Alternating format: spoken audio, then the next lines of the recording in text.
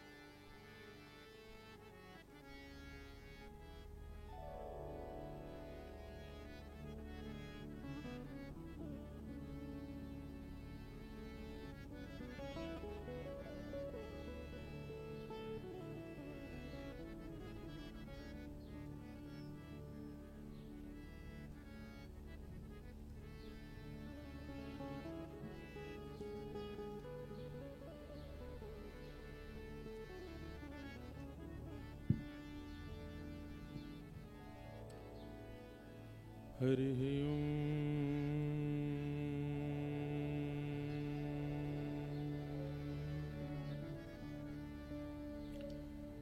श्रीमते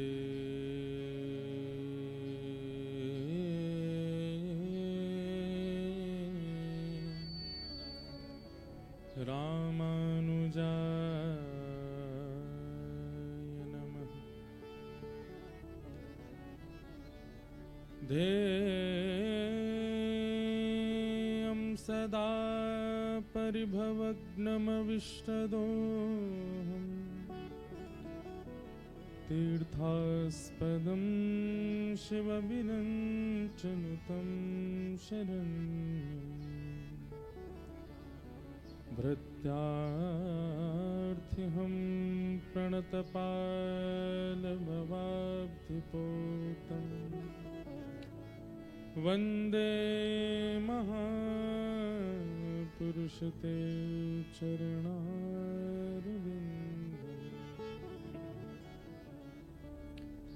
अस्ति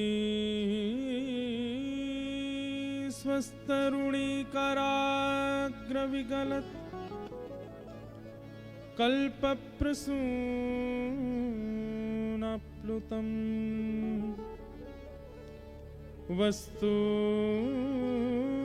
प्रस्तुतवेणुनादनहरि निर्वाण निर्व्याकुलम् स्रस्तनिबद्धनी विविलशद् गोपीसहस्राव्रतम् हस्तन्यस्तनतापवर्गमखिलो दारं किशोराकृति कृष्णत्वदीयपदपङ्कजपञ्जरान्ते अद्यैव मे विशतु मानसराजहंस प्राणप्रयाणसमये कफवातपित्तै कण्ठावरोधनविधौ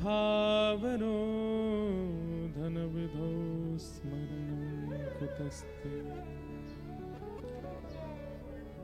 लक्ष्मीनाथ समारम्भां नाथ यामुनमध्यमाम्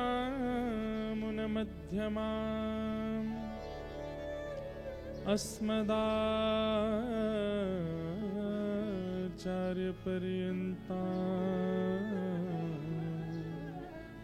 वन्दे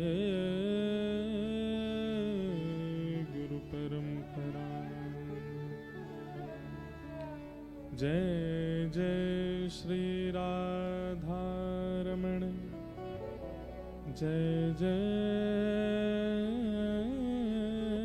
नवल किशोर जय गोपी चितचोर प्रभु जय जय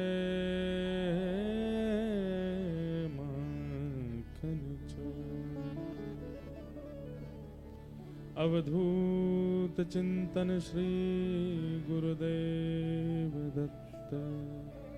नमः पार्वती पतये हर हर महादेव।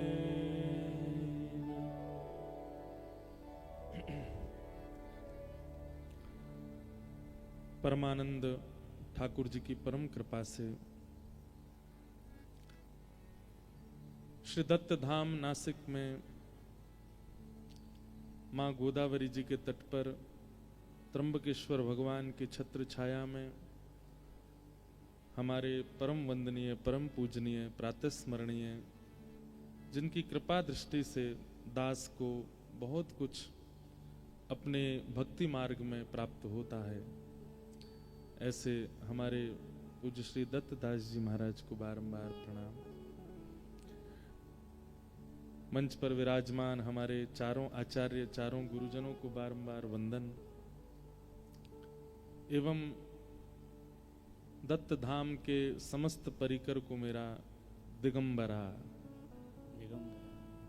अब जो जानते होंगे वो तो बोलेंगे दिगंबरा। एक साल पूर्ण महाराज जी आज ही कथा विश्राम हुई थी पिछले वर्ष संभवतः 9 या 10 तारीख को, 10 तारीख कल विश्राम हुई थी और 1 वर्ष के पूर्ति महोत्सव में ये 7 दिवस का वृंदावन रसोत्सव हो रहा है। मास पर्यंत दत्त धाम में श्रीमद् भागवत जी की सेवा करने का अवसर प्राप्त हुआ था। वो क्रम तो अधूरा, अभी वो अलग है, उस क्रम में इसको मत जोड़िएगा। वो तो प्रहलाद चरित्र तक हुआ, तो उससे आगे की कथा करनी हम अलग से आएंगे। परंतु मास पर्यंत की उस कथा का ये आज 1 वर्ष पूर्ण हो रहा है, तो तो उसी उपलक्ष्य में ये सप्ताह वृंदावन रसोत्सव हो रहा है। 7 दिन का वृंदावन रस चर्चा, बरसाने की चर्चा, नंदगांव की चर्चा, गोकुल की चर्चा, गोवर्धन की चर्चा, सब ब्रजमंडल की चर्चाओं से युक्त ये उत्सव मना रहे हैं। आज पावन तिथि एकादशी है और आज हमारे श्री वृंदावन के प्यारे राधा वल्लभ लाल जी को जिन्होंने प्रकट किया, ऐसे श्री हितरवंश महाप्रभु का प्राकट्य दिवस है।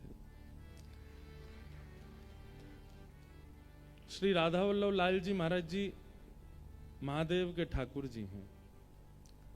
स्वयं देवादिदेव महादेव के घर के ठाकुर जी हैं। जैसे घर की सेवा होती है, सबकी अपने इष्ट की सेवा तो मंदिर में है, लेकिन घर की सेवा सबकी अपनी अलग होती है। तो ऐसे महादेव की अपने घर की सेवा श्री राधा वल्लभ लाल जी, और उनको वृंदावन में सुव्यवस्थित किया हमारे श्री हितरवंश महाप्रभु ने। आज उनका प्राकट्य दिवस है, क्योंकि हम त्र्यंबकेश्वर भगवान की भूमि में आए हैं और दत्त भगवान नारायण शिव दोनों का ही मिलित स्वरूप हैं। इसलिए महादेव के ठाकुर जी को जिन्होंने प्रकट किया, ऐसे हितरवंश महाप्रभु का भी चरित्र आज सुनेंगे और राधा वल्लभ लाल जी को प्रणाम करते हुए आज की कथा में प्रवेश करें। जय जय राधा वल्लभ हित हरि वंश, जय जय राधा हित हरि वंश, जय जय राधा वल्लभ हित हरि वंश। सब लोग गाओ।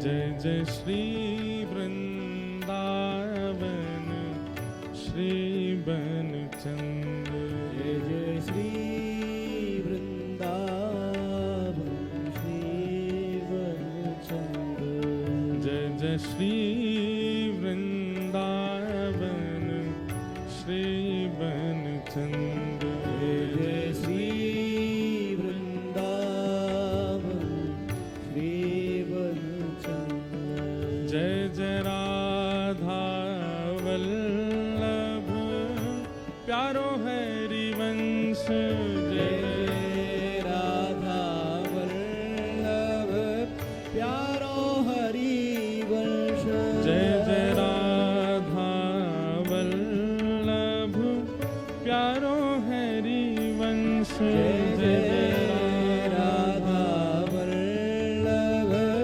प्यारो हरि वंश, जय जय श्री वृंदावन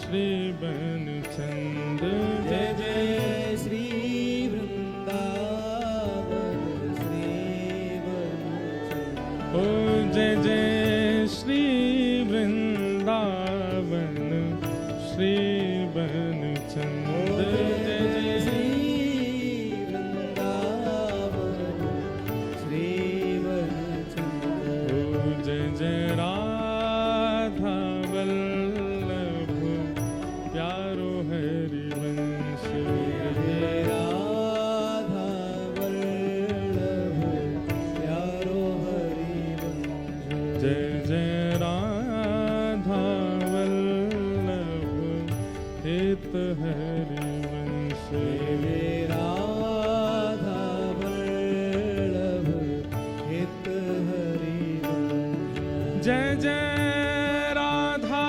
वल्लभ हित हरि वंश, जय जय राधा वल्लभ आओ। हित हरि वंश, जय जय राधा वल्लभ हित हरि वंश, जय जय राधा वल्लभ हित हरि वंश, जय जय श्री वृंदावन श्री बनचंद्र, जय जय श्री वृंदावन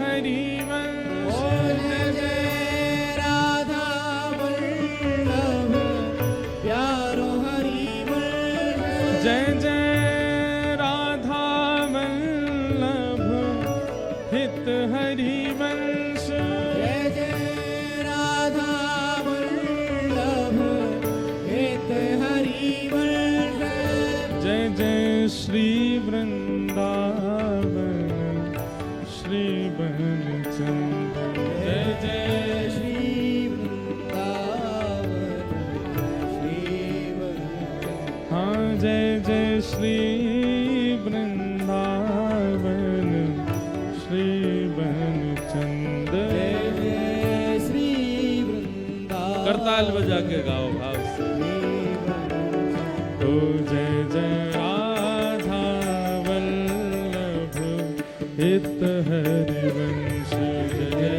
राधा वल्लभ हित हरि वंश जय जय राधा वल्लभ हित हरि वंश जय जय राधा वल्लभ हित हरि वंश जय जय श्री वृंदावन श्री बनचंद्र जय जय श्री वृंदावन श्री वृंदावन जय जय राधा वल्लभ प्यारो हरि वंश जय जय राधा वल्लभ प्यारो हरि वंश जय जय राधा वल्लभ मेरो हरि वंश जय जय राधा वल्लभ मेरो हरि वंश जय जय श्री वृंदावन श्री बनचंद्र जय जय श्री वृंदावन श्री वंश ओ जय जय श्री वृंदावन श्री बनचंद्र जय जय श्री वृंदावन श्री गाओ। वंश ओ जय जय राधा वल्लभ हित हरि वंश जय राधा वल्लभ हित हरि वंश ओ जय जय राधा वल्लभ प्यारो हरि वंश जय राधा वल्लभ हित हरि वंश ओ जय जय राधा वल्लभ हित हरि वंश जय राधा वल्लभ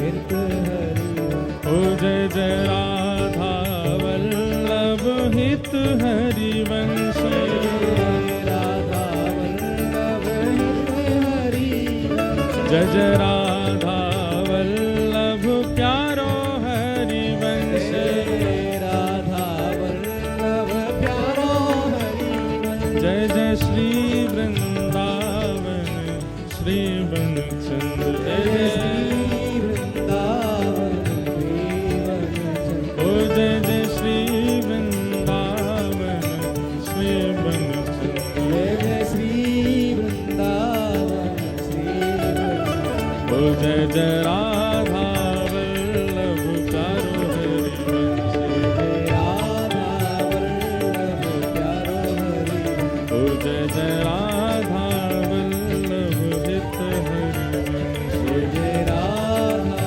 वल्लभ हित हरि वंश ओ जय जय राधा वल्लभ प्यारो हरि वंश जय राधा वल्लभ प्यारो हरि वंश ओ दिगंबरा दिगंबरा श्रीपाद वल्लभ दिगंबरा दिगंबरा दिगंबरा श्रीपाद वल्लभ दिगंबरा दिगंबरा श्रीपाद वल्लभ दिगंबरा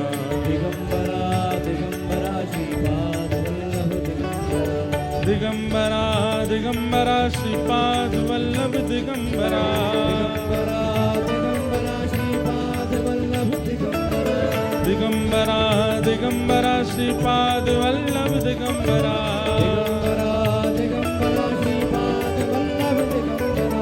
दिगंबरा दिगंबरा श्रीपाद वल्लभ दिगंबरा दिगंबरा दिगंबरा श्रीपाद वल्लभ दिगंबरा श्रीपाद वल्लभ दिगंबरा दिगंबरा दिगंबरा श्रीपाद वल्लभ दिगंबरा दिगंबरा दिगंबरा श्रीपाद वल्लभ दिगंबरा दिगंबरा दिगंबरा श्रीपाद वल्लभ दिगंबरा दिगंबरा दिगंबरा श्रीपाद वल्लभ दिगंबरा दिगंबरा दिगंबरा श्रीपाद वल्लभ दिगंबरा दिगंबरा दिगंबरा श्रीपाद वल्लभ दिगंबरा विठ्ठल विठ्ठल विठ्ठल विठ्ठल विठ्ठल विठ्ठल विठ्ठल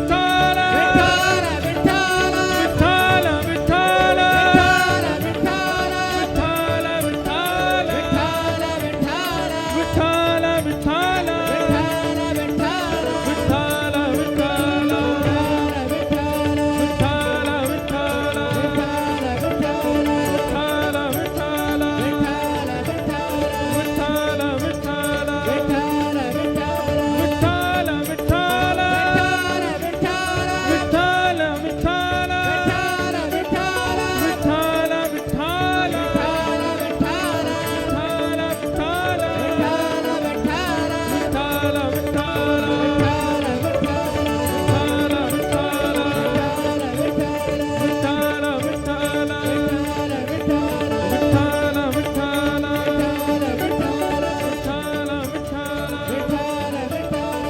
अवधूत चिंतन श्री गुरुदेव दत्ता कुंडली कमरदा हरि विठ्ठल श्री ज्ञानदेव तुकाराम श्री पंढरीनाथ भगवान की जय जय श्री राम जय जय श्री राम जय जय श्री राम।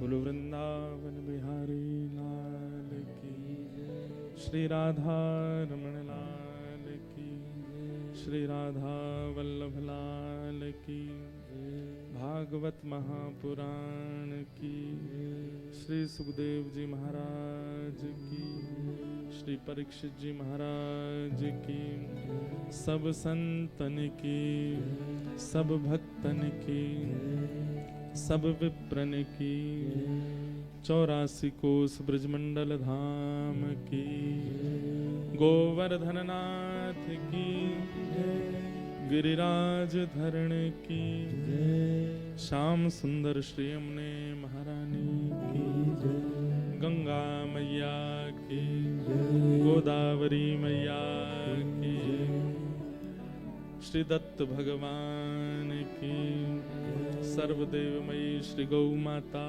की भारत माता की श्री पंढरीनाथ भगवान की रुक्मणी मैया की जय जय श्री राधे जय जय श्री राधे जय जय श्री राधे।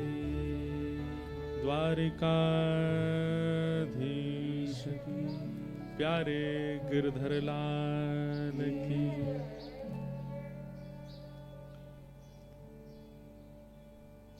परम मंगल में परात्पर अखिलेश्वर अकारण करुणा वरुणालय भक्तवांछा कल्पतरु तड़िद्वत विनिंदित पीतांबरधारी श्री बालकृष्ण लाल की महती कृपा से श्री दत्त भगवान की परम अनुग्रह से गोदावरी मैया के तट पर पुनः आगमन गिरधर लाल जी का हुआ है और श्री लाल जी की छत्र छाया में हम दासों को भी आने का अवसर मिला। मंच पर विराजमान आचार्य गणों को प्रणाम, समस्त विप्रवृंद गंधर्व जनों को प्रणाम, पूज्य महाराज जी को दंडवत प्रणाम एवं आप सभी श्रोता भाई बंधु आसपास जहां से भी आप सब पधारे हैं सबको जय श्री कृष्ण, जय श्री जय सिया राम, जय सिया राम, जय श्रीमन नारायण, जय श्रीमन नारायण। दिगंबरा दिगंबरा नमः पार्वती पतये हर हर महादेव। एक वर्ष की पूर्ति महोत्सव के उपलक्ष्य में आज ये उत्सव यहाँ प्रारंभ हो रहा है, जहाँ सप्ताह वृंदावन रस चर्चा करने के लिए हम आप सब लोग एकत्रित हुए हैं। आज पहला दिन विलंब का हुआ क्योंकि आना ही थोड़ा विलंब हो गया, वर्षा इतनी थी, बंबई में जाम इतना था कि आने में ही हम तो लेट आए, लेकिन लाल जी हमारे कल आज सुबह ही आ गए। तो जो पहले ही कदम रख दे समझो कि इच्छा उसी की आने की ज्यादा होती है। हमारे लाल जी को ही ज्यादा मन लगता है यहाँ पर, इसीलिए वो पहले ही आ जाते हैं। और महाराज जी देखिए ऐसा लग रहा है कि दोपहर से शाम नहीं हो रही है। जब मैं आया था तब शाम हो रही थी, अब दोपहर हो रही है, अब सूर्य निकल रहे हैं, अब दोबारा सूर्यदेव प्रकट हो रहे हैं। ऐसा अद्भुत आनंद लग रहा था मानो, अब मैं अपनी प्रशंसा के रूप में तो नहीं बोल रहा हूं, लेकिन जरूरी नहीं है कि घर पर हमेशा उन्हीं लोगों पर पुष्प डाला जाता है जो मेहमान हों। कई बार घर का बालक भी बहुत दिनों के लिए बाहर जाता है, वो लौट के आता है ना, तो घर वाले भी उसके लिए पुष्प आदि की व्यवस्था रखते हैं, उसके लिए सरप्राइज रखते हैं। तो ठीक वैसे ही हम तो दत्त धाम के लाला हैं, दत्त धाम के बालक हैं। एक वर्ष के बाद आए तो आप सबने तो इतनी व्यवस्था करी पुष्प पुष्प बरसाने की, आप सब के पुष्प तो रखे रह गए, दत्त भगवान ने वर्षा के रूप में पुष्प बरसा दिए। और सबसे बड़े आनंद की बात तो ये थी कि मैं पूरा नासिक पार करके आया और कहीं वर्षा थी नहीं, केवल दत्त धाम में ही हो रही थी, केवल यहीं हो रही थी। तो हमें मुझे ऐसा अनुभव हो रहा था कि मानो श्री दत्त प्रभु कह रहे हैं कि हमारो लाला आ गए हो 1 साल बाद। तो उसी भाव में श्री दत्त प्रभु ने और भी यदि कुछ विचार मन में होंगे या किसी प्रकार का कोई अपराध हुआ होगा, वर्षा के द्वारा सब पवित्र कर दिया। अपरस में स्वयं दत्त भगवान ही ले आए हमको। यहाँ अपरस में आने के लिए गोदावरी जी में स्नान करते हैं, पर मेरा बंबई से निकला तब से ही मन था कि पहले स्नान करूंगा फिर ऊपर जाऊंगा। तो मंदार जी से बात भी हुई, गुरुजी आदियों से भी चर्चा हुई, तो बोले कि नहीं पहले ऊपर स्वागत सम्मान हो जाएगा फिर नहाने जाना। लेकिन दत्त प्रभु ने नीचे से ही नहाते हुए ऊपर बुलाए। तो ये सब अनुभव देखिए, ठाकुर जी का प्रेम प्रतिक्षण प्रस्तुत होता है, बस उसको कोई अनुभव करने वाला हो। अगर आप अनुभव करने लगेंगे ना तो आपकी एक एक श्वास में आपको अनुभव होगा कि ये श्वास भी श्री ठाकुर जी की कृपा से। अभी ठंडी हवा मुझको लगी, ये भी ठाकुर जी की कृपा से। मुझे कुछ पाने को मिला, ये भी ठाकुर जी की कृपा से। मुझे कोई व्यक्ति प्रेमी मिला, ये भी ठाकुर जी की कृपा से। मेरे को ठोकर लगी, ये भी ठाकुर जी की कृपा से। मैं गिर गया, ये भी ठाकुर जी की कृपा से। मेरे खून निकल आया, ये भी ठाकुर जी की कृपा से। आहा, एक महाराज जी बहुत सुंदर भाव है ना, हम तो यहाँ स्वच्छंद हैं, अब स्वतंत्र हैं, चाहे हमारा मन करे तो 3 घंटा गाती रहेंगे। यहाँ पे कोई नियम क्रम नहीं है। अभी 7 दिन के लिए पूरे ऊधम करने के लिए आए हैं हम तो। और पिछली बार आए थे तो एक तो नया स्थान था, तो वैसे ही डरा हुआ। 15 दिन तो डर में ही निकले थे मेरे। 15 दिन तो मैं डरा ही रहा कि मुझसे कोई अपराध ना हो जाए। और फिर 15 दिन जब डर थोड़ा निकला तो हमारा जाने का समय आ गया। तो इस बार हम पूर्ण रूपेण जो है आनंद करने आए हैं दत्त धाम। ना हमारा मौन व्रत है, ना हमारा स्पर्श का व्रत है, ना हमारा क्षेत्र में रहने का व्रत है। अच्छा, लेकिन महाराज जी जैसे ही दत्त धाम में आया ना, तो ऊपर सीढ़ी चढ़ते चढ़ते एक दो लोगों को तो मैंने इशारे ही कर दिए थे, क्योंकि मेरे को लगा कि मौन ही है मेरा। तो वो दोबारा से स्मृति, जैसे मानो शरीर, कई बार होता है ना कि मन बुद्धि को तो पता है कि नहीं है, लेकिन शरीर वातावरण देख करके वैसा ही रिएक्ट करने लग जाता है। तो नियम में रहना भी यहां सुख लगता है। बंधुओं, एक बात बहुत अद्भुत मन में आई है, मैं कह दूं कि जहां व्रत जबरदस्ती निभाना पड़े वो संसार, और जहां व्रत करने में भी आनंद आवे वही वैकुंठ है। जहां व्रत करने में भी उत्साह, आनंद की अनुभूति हो, यहां व्रत करने में, यहां नियम करने में कष्ट नहीं लगता। आपको अपने घर में मौन रहना होगा ना तो बहुत दिक्कत हो जाएगी। आपको अपने घर में अस्पर्श रहना हो, किसी का स्पर्श नहीं करना, दिक्कत हो जाएगी। आपको अपने घर में 5000 गायत्री मंत्र रोज जपने हो, दिक्कत हो जाएगी। आपको अपने घर में बिना सिले हुए वस्त्र पहने हो तो थोड़ी दिक्कत हो सकती है, लेकिन यहां पर वो सुख लगता है, यहां पर उसका आनंद अनुभव होता है। ठीक वैसी बात गिरिराज जी की परिक्रमा लगाने में अगर किसी को कष्ट हो रहा है तो महासंसारी व्यक्ति है, लेकिन गिरिराज जी की परिक्रमा करते करते भी छालों में भी सुख लग रहा है, एक एक पग आगे बढ़ाने में भी आनंद की अनुभूति हो रही है। इसका मतलब उसके सदगुरुदेव की कृपा है उसके ऊपर, ठाकुर जी स्वीकार कर चुके हैं उसको। तो जहां नियम करने में, व्रत करने में और अपने शरीर से विपरीत स्थिति को स्वीकार करने में बिल्कुल कष्ट का अनुभव ना होता हो, यही मानना चाहिए कि वहां साक्षात प्रभु विराजमान है, वहां साक्षात दैवी शक्तियों से युक्त है वह स्थान। महाराज जी, हम अपनी प्रशंसा नहीं कर रहे हैं, लेकिन हम अपने घर के इकलौते लाडले बालक हैं, सबसे ज्यादा लाडले। लाडले का मतलब पता है? लाडले का मतलब होता है जो पलकों पे रहता है, जिसको एक क्षण का भी कष्ट भोगने नहीं देते घर वाले। हमारा ऐसा था बचपन कि हम अगर अपने पिताजी से बोल दें, पिताजी आज स्कूल नहीं जाना, तो माताजी लग जाएं चाहे पूरा परिवार पीछे लग जाए, लेकिन स्कूल जाएंगे ही नहीं। इतने लाडले। लेकिन ठाकुर जी की ऐसी कृपा रही कि कथा क्षेत्र में आए तो फिर धीरे धीरे सहना शुरू किया, घर से बाहर निकलना शुरू किया। नहीं तो घर से बाहर भी 2 व्यक्ति संग होते तो ही जाता था, मैं नहीं तो जाते ही नहीं था। रोड क्रॉस करना नहीं आता था, बिना उंगली पकड़े रोड नहीं, 9th क्लास तक हमको रोड क्रॉस करना नहीं आता था। कपड़े पहनना नहीं आता था, माता जी तैयार करती थी। तो जब यहां कथा के लिए आया मैं, और फिर महाराज जी ने जो अनुष्ठान नियम बताया, उन अनुष्ठानों को करने के लिए घर वाले हमारे ये सोच रहे थे कि इतना लाड़ प्यार में ये रहा है, ये वहां अनुष्ठान कर कैसे रहा है, ये इतना नियम से रह कैसे रहा है वहां पर। हमारे पूज्य पिताजी महाराज एक दिन के लिए आए, वो तो मुझे देख करके भावुक हो गए थे कि आवश्यकता क्या है तुमको इतने नियमों में रहने की। लेकिन मैं उनको कैसे बताऊं कि यहां वह नियम करने में हम ज्यादा से ज्यादा 1 महीना मुझे स्मृति में है, वो स्मृति मेरी कभी नहीं जा सकती और दोबारा लौट के भी नहीं आ सकती। शायद 2.5 से 3 घंटे से ज्यादा मैं एक भी दिन नहीं सोया 1 महीने तक, और 3 घंटे में पूरी नींद हो भी जाती थी। 2.5-3 घंटे रात में। और फिर रासलीला शुरू हुई, तब तो 12-1 ही बज जाता था रात्रि सोने में। गुरुदेव भी सब रहते थे, 1 बजे सोते थे, 3-4 बजे उठ करके तो गोदावरी जी में डुबकी हो जाती थी पहली।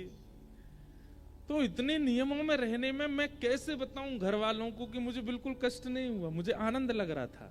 बल्कि यहां से जाने के बाद कथा क्रम में हमने आज तक नियम बना रखा है कि कथा में जाते समय मैं मौन ही रहता हूं, मैं किसी से, क्योंकि किसी ना किसी रूप में दत्त धाम मेरी स्मृति में बना रहे, यहाँ का स्मरण मुझे आता रहे।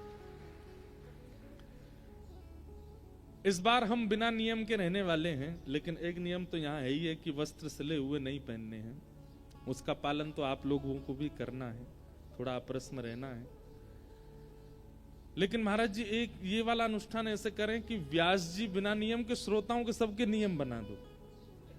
ये जितने सामने बैठे हैं इन सबका 1-1, 2-2 नियम आप लिख के दे दो, ये नियम तुमको पालन करने हैं। आप लोगों को भी अनुभव होगा। मैं इसलिए नहीं कह रहा हूं कि आप लोगों को मुझे कुछ रेवेंज लेना है आपसे, आप अनुभव करके देखिएगा आपको कितना सुख मिलेगा। यहां नियम करने में सुख मिलता है, यहां अनुष्ठान करने में सुख मिलता है, यहां व्रत करने में सुख मिलता है, आनंद की प्राप्ति होती है। और एक बात और मैं कह दूं अपने अनुभव से, अगर आपने यहां दत्त धाम में कोई नियम 7 दिन कर लिया तो वो नियम सिद्ध हो जाएगा। आप फिर उसको संसार में भी जाकर के लागू करोगे तो वो हो जाएगा। कोई भी नियम हो, एक एक नियम जरूर आप लोग आज साध लीजिएगा। जो लोग सप्ताह नियम से सुनने वाले हैं, जो आते जाते रहने वाले, उन लोगों के लिए नहीं है ये बात। जो यहाँ सप्ताह रुकने के विचार में है या सप्ताह रोज आने के विचार में है, एक नियम का पालन जरूर कीजिए इन 7 दिनों में। यह भूमि, यह दत्त धाम, ये सामर्थ्य प्रदान करेगा आपको। ये मैं अपने अनुभव से बोल रहा हूं। तो वो स्थान जहां नियम करना, व्रत करना सुख लगता है, जहां अपने देह की विपरीत स्थिति में रहना कष्टदायी नहीं लगता है, समझो वहां निश्चित ही देव निवास है, वहां देवता का वास है। साक्षात श्री दत्त भगवान यदि अभी कहीं विराज रहे हैं तो वो दत्त धाम नासिक में विराज रहे हैं, साक्षात श्री दत्त प्रभु। तो इस बार ये वार्षिक उत्सव का महोत्सव मना रहे हैं। वार्षिक उत्सव मास कथा के 1 वर्ष पूर्ति का महोत्सव है। आज कथा थोड़ी विलंब से हुई है, कल से कथा का समय 3 बजे से है। आप लोग सब समय से आ जाइएगा और फिर लगभग 6, साढ़े 6 बजे तक हम लोग चर्चा किया करेंगे और फिर गोदावरी जी स्नान करके अपने अपने नियमों में रहेंगे। कुछ उत्सवों की भी रूपरेखा है, आज महाराज जी से कथा के बाद चर्चा करके आप सब लोगों को बता दिया जाएगा कैसे कैसे उत्सव हैं। एक दिन पूर्णिमा का उत्सव तो है ही है, पूर्णिमा पड़ रही है ना, तो एक दिन यहाँ पूर्णिमा का उत्सव तो रहेगा ही। हमने महाराज जी से एक दिन पूछवाया कि महाराज जी कथा का समय क्या रखें तो महाराज जी की आज्ञा हुई, किसी दिन 3 बजे से सुनेंगे, किसी दिन 6 बजे से सुनेंगे, किसी दिन रात्रि 9 बजे से सुनेंगे, किसी दिन रात में 11 बजे। मैंने कि ऐसा क्यों? बोले जैसे मन में मौज आएगी, जैसे आनंद लगेगा उत्सव का, वैसे वैसे कथा का श्रवण करेंगे। तो वो भी हो सकता है कि कथा का समय भी ऊपर नीचे होता रहे, तो वो भी जैसे कल की कथा का अगर समय कुछ, वैसे तो कल तो यही है 3 बजे से, परसों की कथा का कुछ परिवर्तन होगा तो कथा में बता दिया जाए। उत्सव यहाँ लाल जी के 2-3 होंगे। अभी तो गोदावरी जी में भी जल इतनी संख्या में आ गया। अब पिछले वर्ष जो लोग यहाँ थे मास कथा में और उन्होंने अगर ठाकुर जी की नौका विहार का दर्शन किया होगा तो शायद वे भूल नहीं पाएंगे उसको। ऐसी अद्भुत नौका विहार हुई थी ठाकुर जी की, हमारी तो आज तक महाराज जी चित्त में रहता है। चारों तरफ घाट पर मसाल लगी हुई थी, इतना सुंदर हमारी सब दत्त धाम की माताओं ने पूरे घाट को सुंदर सजाया, उस पर गोबर का लीप लगा के सुंदर पुष्पों से सजावट करके, और हंस आकार की नौका भी मिल गई थी और वो नौका लेकर के सब लोग जो आनंद कर रहे थे। पता नहीं इस बार तो गंगा जी खूब तेज हैं, नौका लेके कहीं उतरे तो सीधे पंचवटी पहुंचेंगे तो अभी तो गंगा जी में, गोदावरी जी में जल भी खूब है, हम तो आके स्नान कर लिए। ये भी जल का स्तर बड़ा होना भी एक प्रकार का शुभ संकेत है कि गोदावरी जी भी आनंद में, ओहो गिरधर लाल आए हैं, जल्दी लेकर के आओ, उत्सव कराओ, आनंद कराओ। और भैया योजना तो यहाँ पे आके सबकी फेल होती है, केवल महाराज जी की चलती है। महाराज जी ही योजना बना सकते हैं। हम तो सोच रहे हैं कैसे होगी नौका विहार, लेकिन महाराज जी कोई ना कोई योजना बना देंगे और वैसे हो भी जाएगा। तो ऐसा भाव है, खूब आनंद करेंगे 7 दिन तक। आप सब लोग खूब आनंद से जरूर पधारिए। देखो इतनी संख्या में पहले दिन आप लोग आए हो, कल से और संख्या बढ़ेगी, सब लोग आएंगे। खूब आनंद से कथा श्रवण कीजिएगा। वृंदावन महिमा रस चर्चा हम करेंगे। वैसे मन में भाव ऐसा है कि श्री किशोरी जी का चरित्र कल से सुनाएंगे हम। श्री हमारी लाडली जी, महाराज जी ने एक बार मुझसे निवेदन किया था, मुझे याद है, रास बिहार चल रहा था ठाकुर जी का, और महाराज जी के बगल में बैठा था, महाराज जी ने लिख करके दिया कि श्री राधा चरित्र हमको सुनना है। हमें भी आज तक पूर्ण रूपेण कहने का अवसर तो नहीं मिला, लेकिन इतना सुंदर स्थान, इतना सुंदर वातावरण और ऐसी पावन तिथि एकादशी से कथा का प्रारंभ, जब हितरवंश महाप्रभु का आज जन्मोत्सव है, प्राकट्य दिवस है, तो फिर मन में भाव है कि कल श्री किशोरी जी का प्राकट्य सुनाएंगे कथा में, और जितना हो सकेगा श्री किशोरी जी के चरित्र पर ही चर्चा करेंगे। याद रखिएगा, ये चरित्र सबको समझ आवे ये आवश्यक नहीं, क्योंकि ज्ञान बाहर खड़ा है हाथ जोड़ करके, वैराग्य भी बाहर खड़ा है हाथ जोड़ करके, भक्ति महारानी भी आई हैं केवल प्रेम की साड़ी पहन करके। इसलिए ज्ञान और वैराग्य ये दोनों हाथ जोड़ करके केवल श्रवण करते हैं जब किशोरी जी का चरित्र आता है तो। अरे स्वयं ठाकुर जी सुनते हैं। तो आज तो महाप्रभु जी का चरित्र कह देते हैं थोड़ी देर, और फिर कल से श्री किशोरी जी का चरित्र सुनाएंगे, श्री लाडली जी के बारे में, हमारी वृंदावन, हमारी बरसाने वाली श्री राधा रानी के भाव सुनाएंगे, और प्राकट्य से लेकर के और आगे जहां तक लीलाओं की चर्चा हो पाएगी करने का प्रयास करेंगे। आप सब लोग भाव से आइएगा। बोलो वृंदावन बिहारी लाल की। हित हरिवंश महाप्रभु महाराज जी, हमारे वृंदावन में सब आचार्यों को प्रणम्य माना गया। श्री गोपाल भट्ट गोस्वामी, श्री रूप सनातन गोस्वामी, श्री मधु पंडित गोस्वामी, श्री हरिराम व्यास जी, स्वामी श्री हरदास जी महाराज और श्री हित हरिवंश महाप्रभु, सब आचार्य अपने आप में प्रणम्य हैं, और सब किसी ना किसी सहचरी, कोई ना कोई ठाकुर जी की निज लीला की सहचरी ही आचार्य रूप में प्रकट हुई है, हम आप सब लोगों को प्रेम रस में पहुंचाने के लिए। भगवान की वंशी, ठाकुर जी की वंशी वेणु, वो वंशी ही श्री हितरवंश महाप्रभु के रूप में आज ही के दिन वृंदावन के उजागर के लिए प्रकट हुए। एक बात याद रखिएगा, भगवत सामिप्य कराने वाले कोई भी हो संसार में, जिनकी वाणी सुनकर के, जिनका दर्शन करके, जिनके आचरण को देख करके आप ठाकुर जी के समीप पहुंचते हो, ऐसे लोग जन्म नहीं लेते, ठाकुर जी के द्वारा भेजे जाते हैं। हमारे भारत के ऐसे ऐसे महापुरुष हैं, इनका प्राकट्य, इनका जन्म नहीं हुआ है, ठाकुर जी ने इनको भेजा है। इसलिए सबकी वाणी में इतनी योग्यता नहीं होती कि उनकी वाणी सुनकर के ठाकुर जी प्रिय लगने लग जाएं। क्षमा कीजिएगा, कथाएं बहुत लोग करते हैं और भगवत चर्चा भी बहुत लोग सुनाते हैं, उनकी वाणी सुनकर के, उनकी चर्चा सुनकर के कहीं ना कहीं वो प्रिय लगने लगते हैं, ठाकुर जी नहीं। चर्चा वह श्रेष्ठ मानो जिससे ठाकुर जी प्रिय लगे, और ऐसों को ठाकुर जी ही भेजते हैं। तो हमारे वृंदावन के जितने आचार्य हैं, जिन्होंने वृंदावन में ठाकुर को विराजमान किया, जिनकी वाणी से, जिनकी चर्चा से ठाकुर जी प्रिय लगते हैं, उनको ठाकुर जी ने ही भेजा है। ऐसा ही चरित्र है हमारे वृंदावन के श्री हरिवंश महाप्रभु का।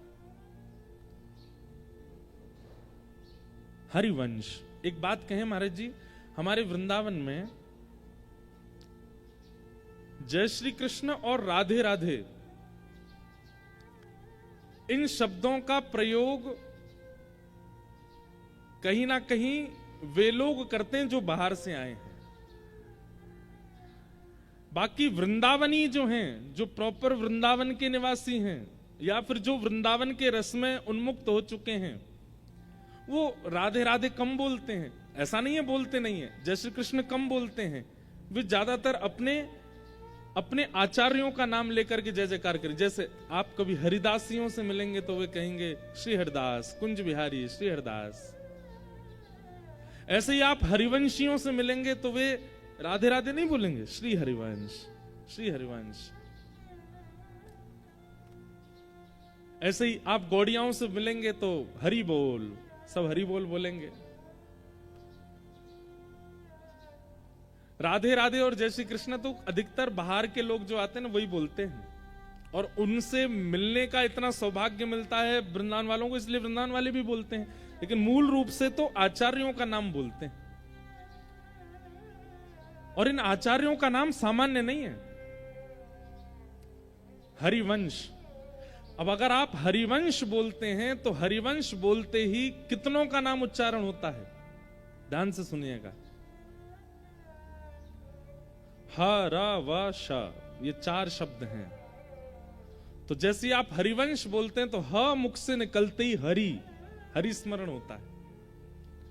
र उच्चारण होते ही श्री राधा किशोरी जी का स्मरण होता है।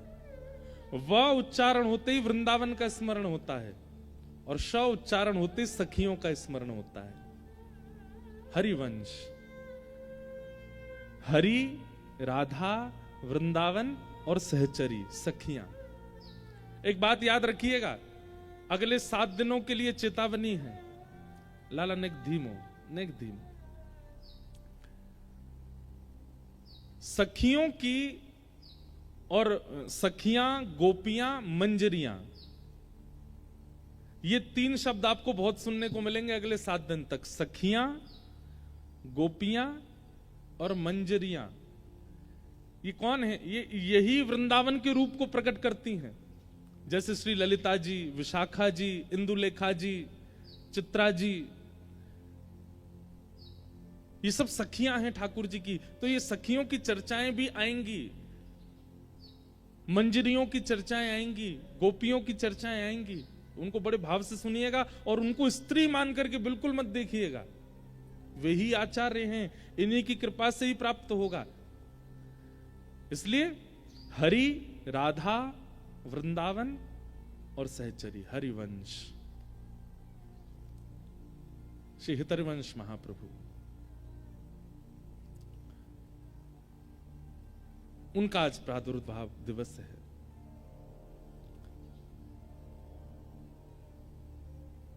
आपके पिता का नाम श्री व्यास मिश्र जी और माता जी का नाम तारा माता। व्यास मिश्र जी, वृंदावन से जब आप हरिद्वार की ओर जाएंगे तो बीच में एक स्थान पड़ता है देवबन, मतलब ब्रज में नहीं है, ब्रज से थोड़ा दूर है, देवबन। वहां व्यास मिश्र जी रहते थे। अभी आजकल उसका नाम देवबंद हो गया है, और विधर्मियों का बहुत बड़ा अड्डा बन चुका है वहां पर, इसलिए वहां का नाम अब परिवर्तित देवबंद कर दिया। लेकिन उसका नाम देवबंद नहीं है, देववन। वहां श्री व्यास मिश्र जी रहते थे, और आप ज्योतिष शास्त्र के बहुत अच्छे विद्वान थे व्यास मिश्र जी। भगवान की वंशी कलयुग में कैसे पधारी, चर्चा सुना रहे हैं, ध्यान पूर्वक सुनिएगा। और श्री वृंदावन में राधा वल्लभ लाल जी कैसे विराजे। आतुर हित हरिवंश पुकारो, राधा राधा नाम, सघन कुंज यमुना तट आयो, मदन टेर वृंदावन आयो, प्यारो राधा वल्लभ लाल, वृंदावन प्यारो वृंदावन, श्री वृंदावन प्यारो वृंदावन, हे श्री वृंदावन प्यारो वृंदावन, श्री वृंदावन प्यारो वृंदावन। तो व्यास मिश्र जी ज्योतिष शास्त्र के बड़े अच्छे विद्वान थे। और एक बार एक राजा उसने आपको बुलाया किसी कार्य से, तो आपने जाकर के उसका ऐसा भविष्य कथन किया, आपने कहा कि इस युद्ध में आप जाएंगे तो आपको विजय मिलेगी, वहां मत जाइएगा, वहां नहीं तो आपकी पराजय हो जाएगी, ऐसे लोगों को से आपको संबंध रखना है, ऐसे से नहीं रखना। ज्योतिष शास्त्र के अच्छे विद्वान थे, सब बता दिया उन्होंने। और उस राजा ने वैसा वैसा किया तो उसको लाभ हुआ, तो उसने व्यास मिश्र जी को अपना गुरु रूप में स्वीकार कर लिया।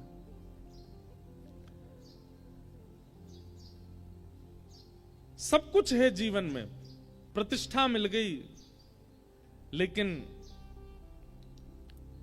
पुत्र नहीं है। और कई बार माता पिता सर्वगुण संपन्न होते हैं, लेकिन माता पिता का सर्व सुख केवल और केवल संतान है।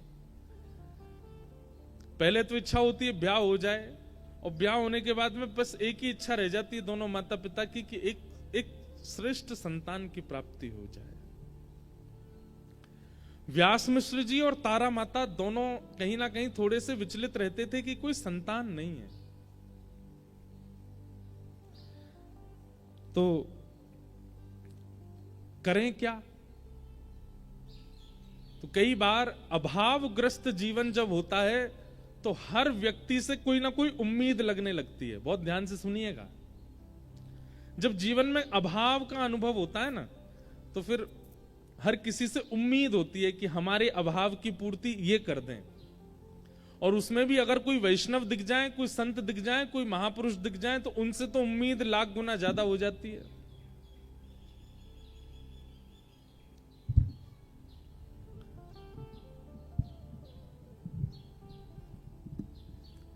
अभाव में उम्मीद उठती है, और संतों के प्रति तो बहुत ज्यादा। एक बार महाराज जी एक नदी के तट पर, एक प्रसिद्ध एक उदाहरण है, हमने बहुत पहले कथा में कहा था, आज याद आया। एक बार एक नदी के तट पर एक संत रहते थे, कुटिया बना के रहते थे, किसी से मिलते नहीं थे, अपनी साधना करते थे। तो एक व्यक्ति महाराज जी के पास नहीं आया था, उनकी कुटिया पे नहीं आया था, लेकिन वो अपने जीवन से इतना परेशान, थका हुआ, हारा हुआ नदी के तट पर रो रहा था। सोच रहा था प्राणों की बाजी लगा करके अपने प्राणों का त्याग कर दूं। तो उसके रुदन को जब महापुरुष ने भीतर कुटिया में सुना, तो उनको लगा ये कौन रो रहा है। आते जाते नहीं थे बाहर, लेकिन एक व्यक्ति को रोता देख वो महापुरुष बाहर आ गए। बाहर आकर के उन्होंने देखा कि एक व्यक्ति रो रहा है और प्राण त्यागने की पूरी स्थिति बन चुकी है उसकी, नदी में डूब करके प्राण त्यागेगा। महाराज जी उसके पास दौड़े दौड़े गए, जाकर के बोले, हे भैया तुम रो क्यों रहे हो, क्या बात है? तो उसने बताया, बोले मेरे साथ ऐसा हो गया, मेरी पत्नी मुझे छोड़ के चली गई, मेरे बच्चों को भी अपने साथ लेके चली गई, भाइयों ने घर से निकाल दिया, मेरी कुछ देखता नहीं, मेरे पे इतना कर्जा हो गया, दुकानदार सब लोग और पूरे गांव के लोग मुझे मारने को घूम रहे हैं, अब मेरे पास और कोई चारा नहीं है, मैं क्या करूं? मैं किसी और जगह जा भी तो नहीं सकता, मुझ पे इतना धन नहीं कि मैं पलायन करके किसी और गांव में चला जाऊं।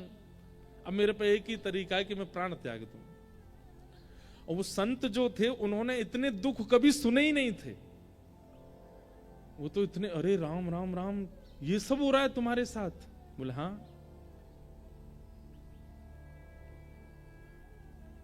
एक बात तो होती है कि जब सन्यास ग्रहण कर लेते हैं ना संत महापुरुष, उनको गृहस्थियों के दुख तो पता नहीं होते, और गृहस्थी इतने चतुर अपने दुख जा जा के बताते हैं उनको, हमारे साथ ऐसा चल रहा है, हमारे घर में ऐसा चल रहा है, हमारे जीवन में ऐसा चल रहा है। और बेचारे संत क्या करें, उन्होंने तो दुख देखा नहीं, तो वो कहते हैं सब ठीक हो जाएगा, हे ठाकुर जी इस पर कृपा करो, हे त्र्यंबकेश्वर भगवान इस पर ये लो पुष्प ले जाओ, तुम घर में ये करो। वो बेचारे कुछ ना कुछ आशीर्वाद देते हैं।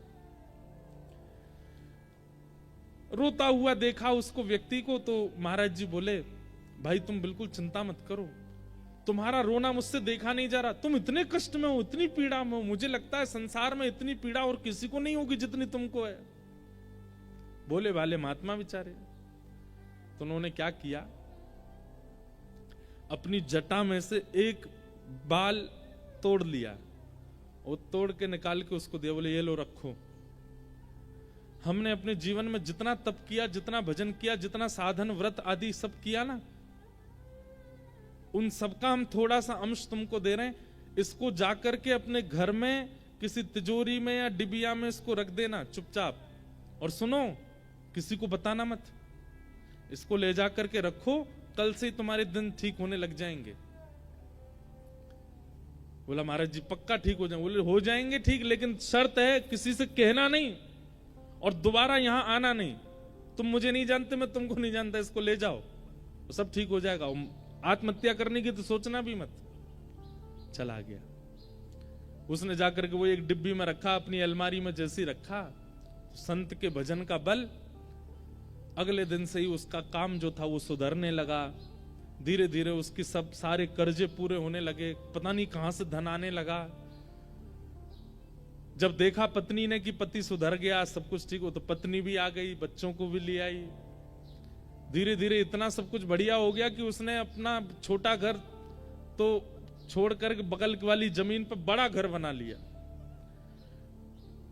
कहां जिस पर एक समय रोटी खा ले तो 3 दिन तक भोजन नहीं होता था, आज उसकी ये स्थिति हो गई है कि 56 भोग बनते हैं घर में। एक दिन उसके साले साहब, मतलब पत्नी के भैया, वो आए और आकर के उससे बोले, भैया जीजा जी, आज से 2-3 साल पहले आपकी स्थिति हम सबको पता है क्या थी, और आज आपकी स्थिति क्या है ये भी हम सबको पता है। ऐसा क्या किया आपने जो ये सब कुछ इतना हो गया? जीजा जी अदा में बैठे थे, हंस रहे थे। अरे अब क्या बताऊं तुमको, वो नदी है ना हमारे गांव में। बोले हाँ, वहां पे एक कुटिया है, उसमें एक महात्मा रहते हैं।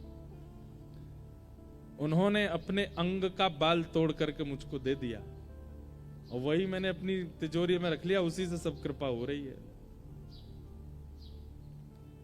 लेकिन सुनो, तुम मत जाना वहां पर, मैंने तुमको बता दिया, और तुमको जितना चाहिए मुझसे ले लो, लेकिन तुम मत जाना।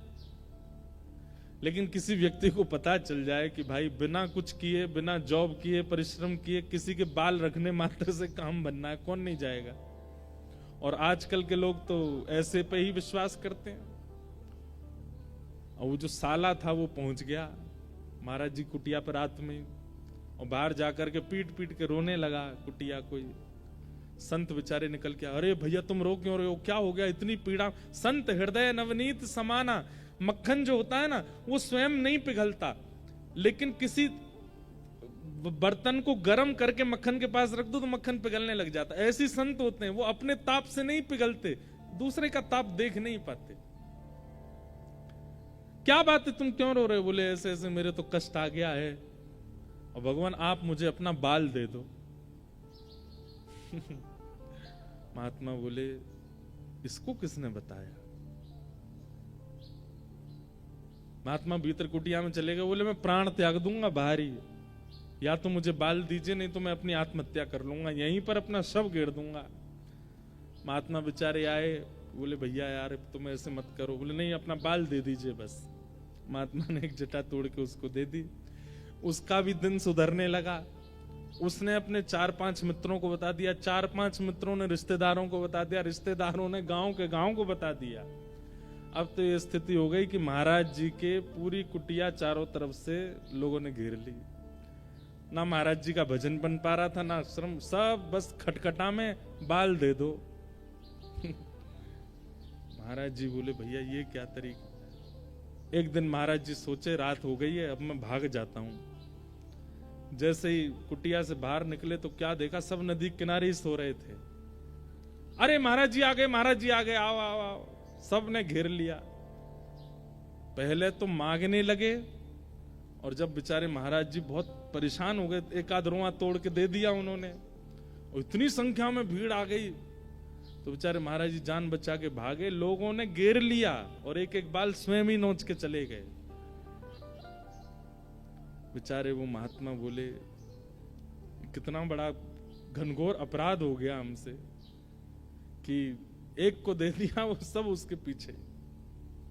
भैया श्रीमद् भागवत जी कहती हैं कि महापुरुष से कभी मांगना नहीं चाहिए, कभी कुछ मत मांगो, क्योंकि वो आपके सामने उपस्थित होकर अपने दर्शन दे रहा है। ये सबसे बड़ी चीज वो दे रहा है, इसके आगे और कुछ मांगना ही नहीं चाहिए। वो आपके सामने उपस्थित हैं, आप अपने नेत्रों से उनको देख पा रहे हो। उसी वायुमंडल में आप खड़े हो, जो वायु उनको स्पर्श कर रही है वही आपको स्पर्श कर रही है। इतना अगर प्राप्त हो रहा है तो ये परिपूर्ण है, इसके आगे कोई इच्छा मत रखो। किम पुनर्दर्शन स्पर्श पाद शौचासनादि। अगर स्पर्श को मिल जाए, जैसे महाराज जी का तो नियम है, लेकिन कई महापुरुषों को अगर स्पर्श करने को मिल जाए, उनके चरण छूने को मिल जाए और उनकी वाणी सुनने को मिल जाए, तो बोले ये समझो माला माल कर दिया उन्होंने। नहीं तो दर्शन में इतनी सामर्थ्य है कि एक महापुरुष का दर्शन, वो महापुरुष जिस तीर्थ से आए हैं वहां के आराध्य ठाकुर का ही दर्शन मानना उनके रूप में। मान लीजिए हमारे दत्त दास महाराज जी वृंदावन आते हैं तो इनके रूप में त्र्यंबक भगवान ही आए हैं, दत्त भगवान ही आए हैं। और हमारे वृंदावन के कोई महापुरुष यदि दत्त धाम आ जाएं तो यही सोचना चाहिए साक्षात राधारमन लाल ही पधारे हैं, श्री राधा वल्लभ लाल जी इनके रूप में पधारे हैं। हमको मत मान लेना उस रूप में, हम तो भैया बालक हैं। कोई महापुरुष आवे तो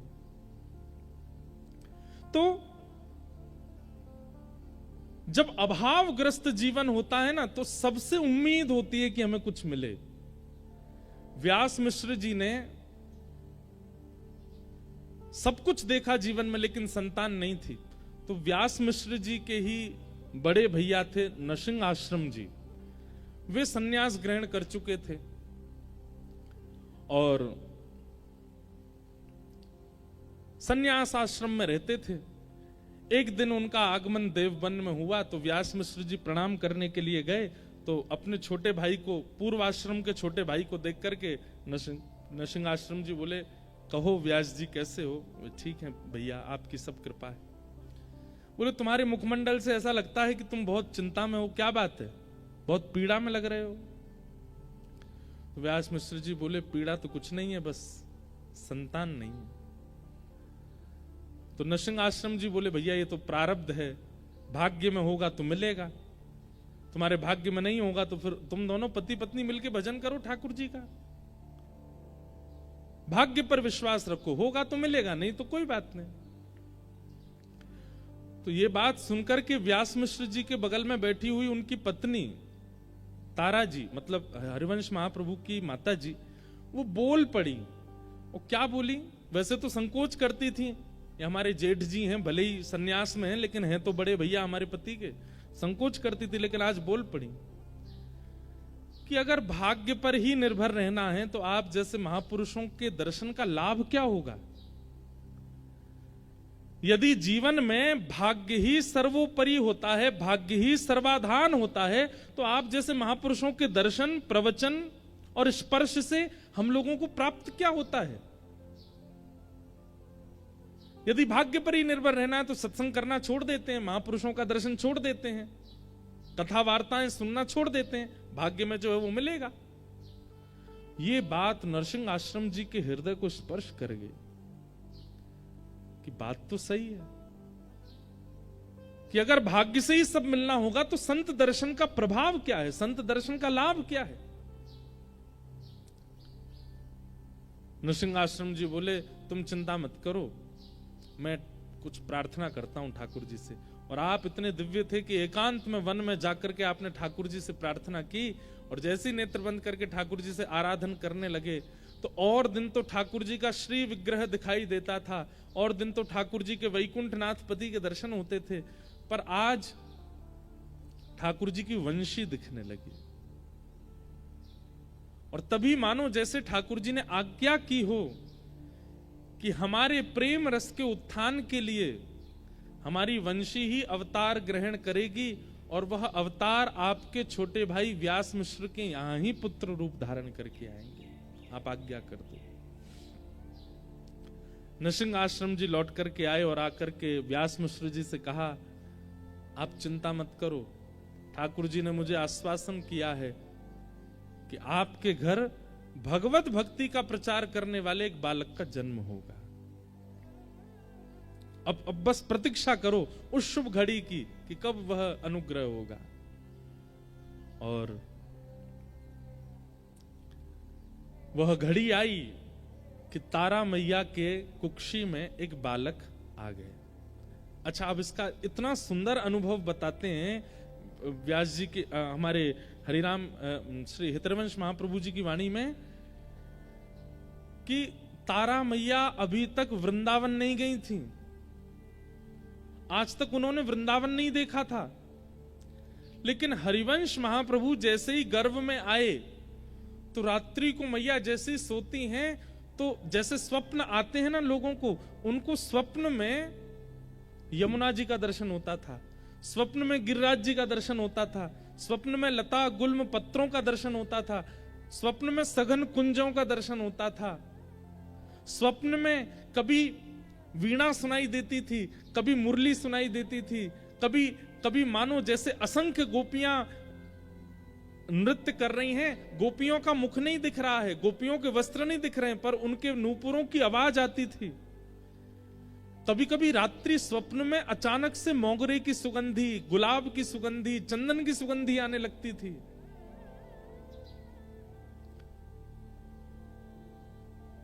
और इन सब स्वप्नों को देख करके वे जैसे उठ के बैठती थी तो उनके मुख से पहला शब्द निकलता था, श्री वृंदावन।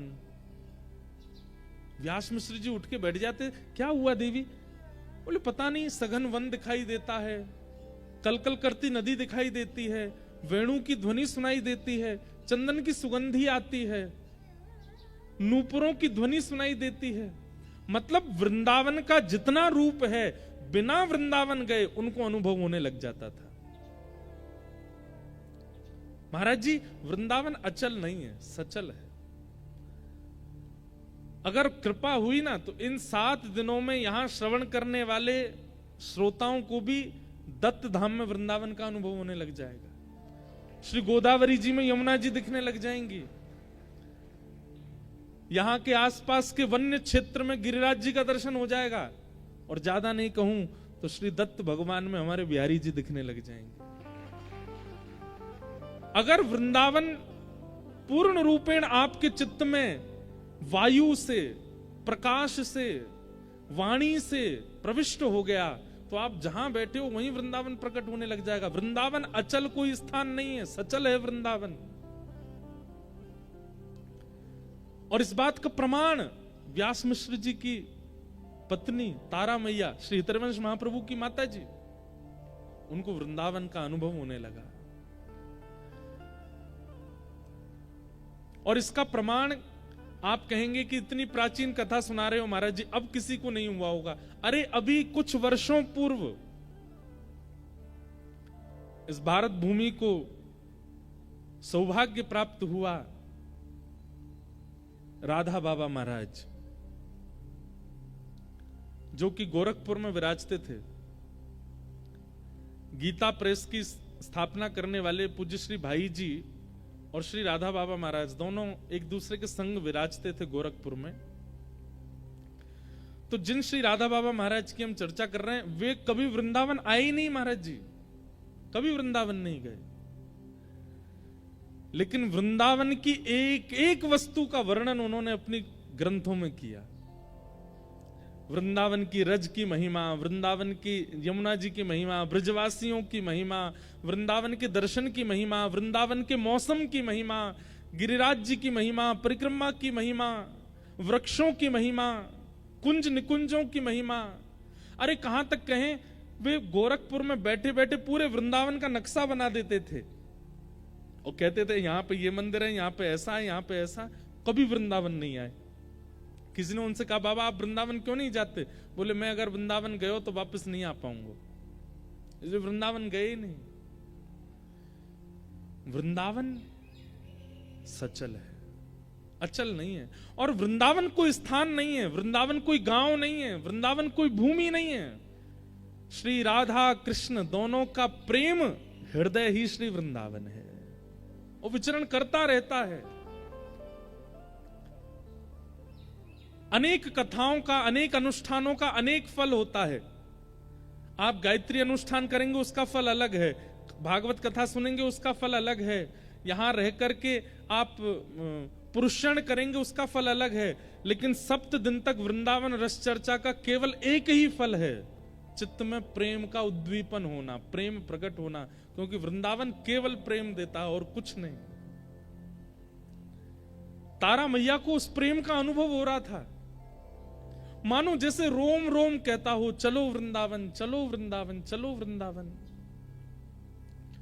और कुछ महीने हुए थे गर्भ में बालक को कि तारा मैया अब व्यास मिश्र जी से कहती हैं कि मुझे वृंदावन ले चलो, मुझे वृंदावन ले चलो।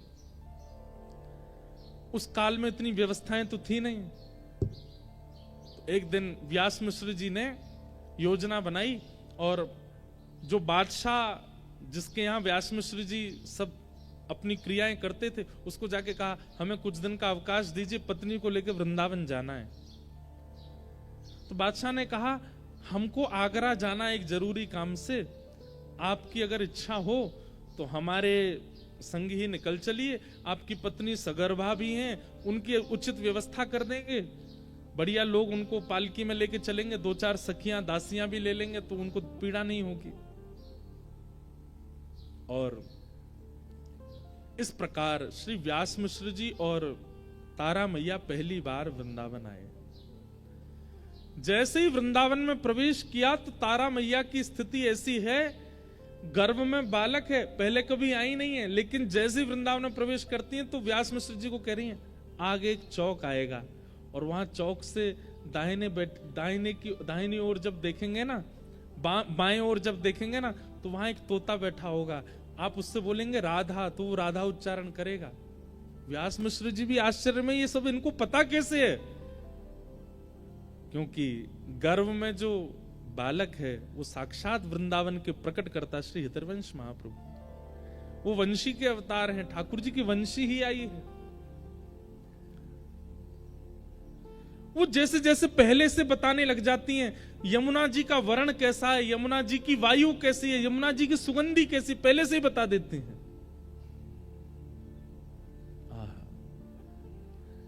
वृंदावन में निवास किया, वृंदावन में, तब वृंदावन में मंदिर नहीं थे, तब वृंदावन में ज्यादा स्थान नहीं थे भ्रमण के, वृंदावन सघन वन हुआ करता था और उस सघन वन में बड़े बड़े संत महापुरुष ऋषि जन जाकर के केवल भजन करते थे, कुटिया बना करके, और उनकी भजन स्थली पर ही ठाकुर जी का कुछ ना कुछ अनुभव हो जाता था।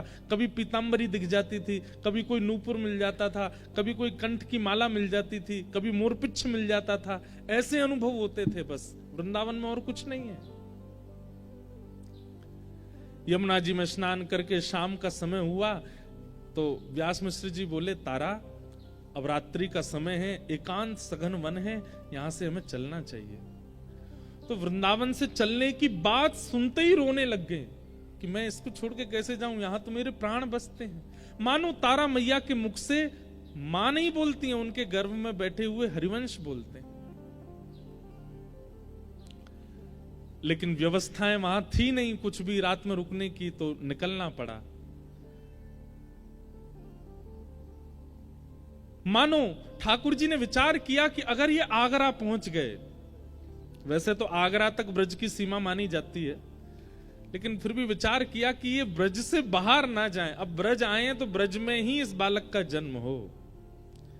तो वृंदावन से थोड़ी दूरी पर मथुरा पार करने के बाद आगरा के मार्ग पर एक स्थान है बाद, जिसको बाद ग्राम कहते हैं, रिफाइनरी के, आज की रिफाइनरी के पास, उससे पहले बाद ग्राम। वहां पहुंचे तो इतनी प्रसव पीड़ा हुई कि तारा माँ ने कह दिया मैं आगे नहीं जा पाऊंगी, यहीं रुकी। और बाद ग्राम में ही रुक गए। वहीं ग्रामीण लोगों ने कहा कि आप बिल्कुल चिंता मत करो, यहीं रहिए, हम आपकी खूब सेवा करेंगे, खूब आनंद करेंगे, सब बढ़िया, आप हमको रस चर्चा सुनाते रहना। तो व्यास मिश्र जी थोड़ा प्रवचन सत्संग आदि करते थे, गांव के लोग सब वहां ध्यान रखते थे। और अंत के प्रसव काल के समय तारा माता जी और व्यास मिश्र जी बाद गांव में रहे। और फिर पावन तिथि आई वैशाख शुक्ल एकादशी, जो कि आज है। वैशाख शुक्ल एकादशी और वार था सोमवार। आज कौन सा वार है? सोमवार तो नहीं है, लेकिन बाकी तिथियां तो मिली गई। वैशाख शुक्ल एकादशी, और वैशाख शुक्ल एकादशी की पावन तिथि पर श्री ब्रजमंडल के बाद ग्राम में तारा मैया की कोख से श्री राधा वल्लभ लाल जी को वृंदावन में विराजमान करने वाले श्री हितरवंश महाप्रभु का प्रादुर्भाव। बोलो हितरवंश महाप्रभु की जय। महाप्रभु जी का जन्म हुआ। आहा, पूरे ब्रजमंडल में ऐसी आनंद की उमंग हो गई, मानो पता नहीं कैसे गांव के लोगों को इतना उत्साह होने लगा, सब उत्सव मनाने लगे, सबको ऐसा उत्सव जैसा होने लगा जैसे ठाकुर जी के प्रादुर्भाव पर उत्सव हुआ, वैसा उत्सव होने लगा।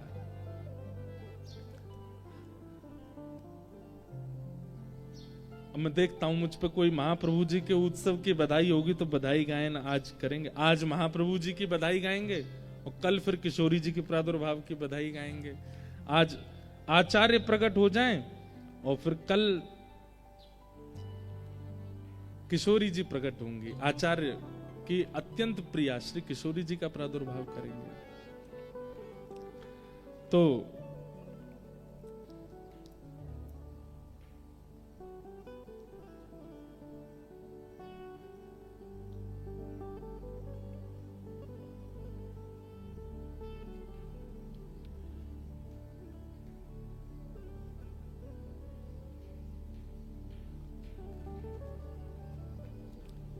जीवो तारानंदन चिर जीवो, जीवो तारानंदन चिर जीवो, जीवो तारानंदन चिर जीवो, जीवो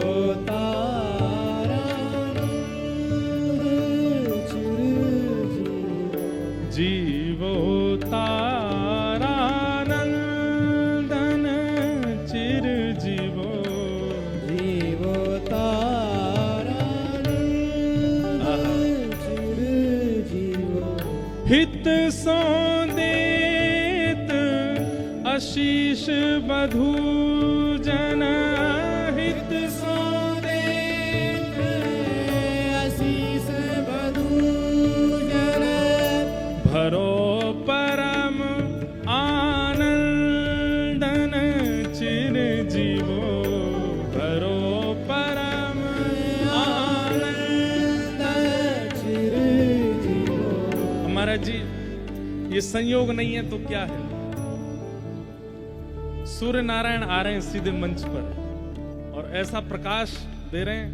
हमारी किशोरी जी जो है ना, ठाकुर जी चंद्रवंशी हैं और किशोरी जी सूर्यवंशी हैं। हमारी श्री लाडली जी का प्रादुर्भाव सूर्यवंश में हुआ है और लाडली जी को जिन्होंने सबसे ज्यादा भजा, उनका प्रादुर्भाव दिवस हम लोग मना रहे हैं आज दत्त धाम में। और जैसे ही पद पदावली का गायन हुआ है, सूर्य नारायण सीधे व्यास मंच पर आए हैं। मानो ये संयोग है। अब मैंने पहले ही कथा में कहा ना कि ठाकुर जी के संयोगों का अनुभव किया कीजिए। किशोरी जी जिनके वंश में प्रगटी हैं, सूर्य वंश में, ऐसी किशोरी जी को भजने वाले महाप्रभु जी का जब यहाँ बधाई गायन हो रहा है तो सूर्य नारायण मंच पर आ रहे हैं। बधाई हो, बधाई हो। ऐसी रूखी बधाई नहीं लेते हम, जोर की बोलो बधाई हो, बधाई हो, बधाई हो। अब तो रोज बधाई होगी, आज भी बधाई, कल भी बधाई, 7 दिन तक केवल बधाई होती रहेगी। जीवो तारानंदन चिर जीवो, जीवो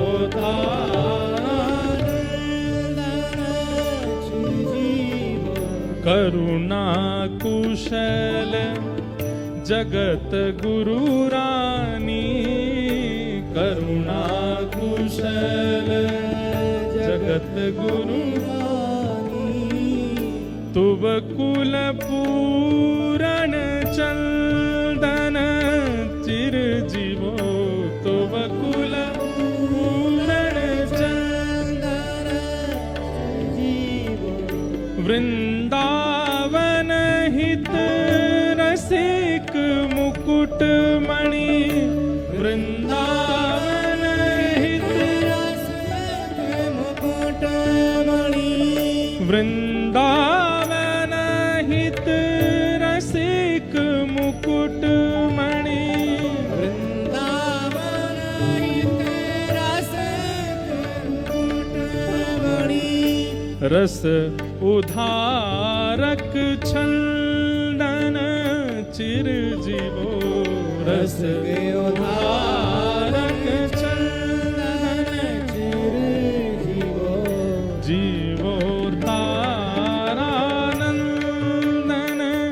चिरजीवो, जीवो तारानंदन चिरजीवो, हाँ जीवो तारानंदन चिरजीवो, जीवो तारानंदन चिरजीवो, जीवो तारानंदन, जीवो तारानंदन। श्री हितरवंश महाप्रभु। लो, यहाँ लाइट भी बंद हो गई, तो हेलोजन का काम भी सूर्य नारायण ही कर रहे हैं।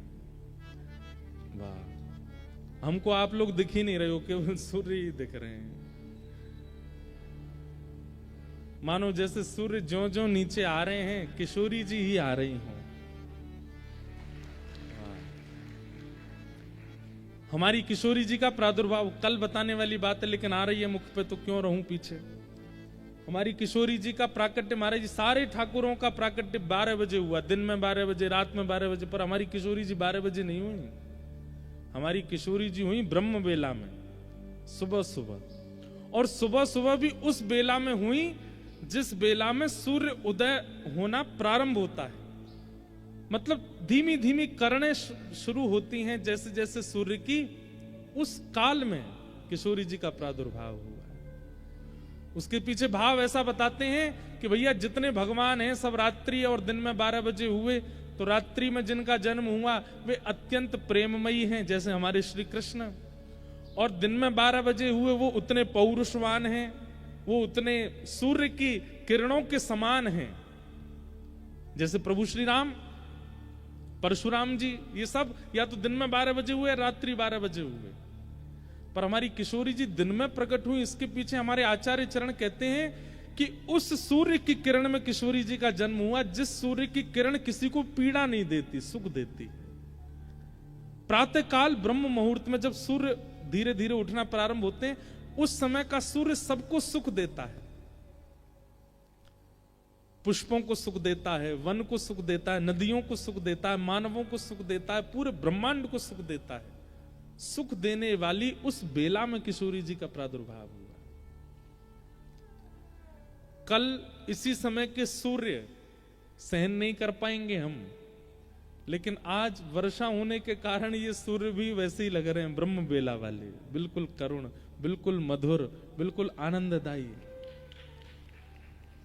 ये सब संयोग है। मैं तो संयोग ही बताता रहूंगा, ऐसा हुआ तो ये समझो, ऐसा हुआ तो ये समझो, और यही होना चाहिए। कथा सुनना, कथा करना, भजन साधन करने का फल यही है कि आपको हर क्षण संयोग का अनुभव होता हो।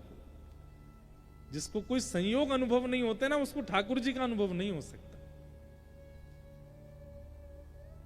हमारी तो कथा की यही हमको प्राप्ति है कि हमको संयोग के अनुभव हो जाते हैं।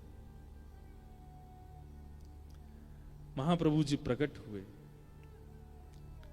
प्रकट होते ही पूरे बाद गांव में आनंद, वृंदावन तक आनंद हुआ। सबने आ करके बधाई गाई, चिरजीवो तारानंदन कह करके आनंद कराए।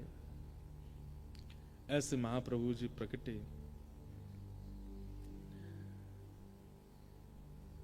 कुछ दिन बाद में रहने के बाद वापस देवबंद को प्रस्थान कर गए श्री तारा मैया और व्यास मिश्र जी। देवबंद में पहुंचने के बाद धीरे धीरे बालक बड़े होने लगे। तो इनके पिताजी के सेवा के ठाकुर जी थे राधा मोहन जी, उनकी सेवा करते। तो बालक बचपन से ही इनकी ऐसी रुचि थी, खूब रोते थे, लेकिन जैसे ही ठाकुर जी के सामने लेकर के तारा मैया बैठ जाती थी, ठाकुर जी को देख करके ऐसे गंभीर धीर पलक झपकना भूल जाते थे, देखते रहते थे केवल ठाकुर जी को। बालक में बचपन से ही गुण दिखने लग जाते हैं भगवत सेवा के। उस समय माता पिता को सावधान हो जाना चाहिए, अगर उसमें भगवत सेवा के गुण दिख रहे हैं तो भैया वो कोई महापुरुष ही है, उसका फिर रुझान उसी तरफ कराने लग जाओ, वो उसी से ही उसका कल्याण होगा। धीरे धीरे बड़े हुए तो इनका मन केवल वहीं लगता था, जहां मंदिर था ठाकुर जी का वहीं जाके बैठ जाते थे, लेकिन पिताजी अपरस के कारण भीतर नहीं आने देते, तो बाहर बैठे बैठे देखते रहते थे ठाकुर जी को। और नजर भी कहां होती थी? ठाकुर जी के अधरों पे, क्योंकि वहीं रही है ना, वंशी हैं, ठाकुर जी के अधरों को ही देखते रहते।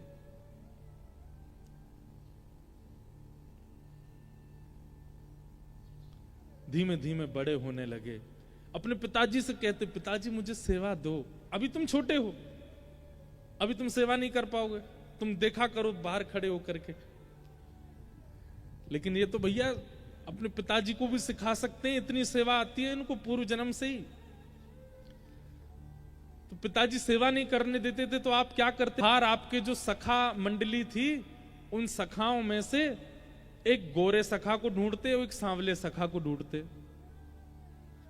और गोरे सखा को तो लहंगा, फरिया, चुनरी, बिंदी, काजल ये सब पहना देते थे।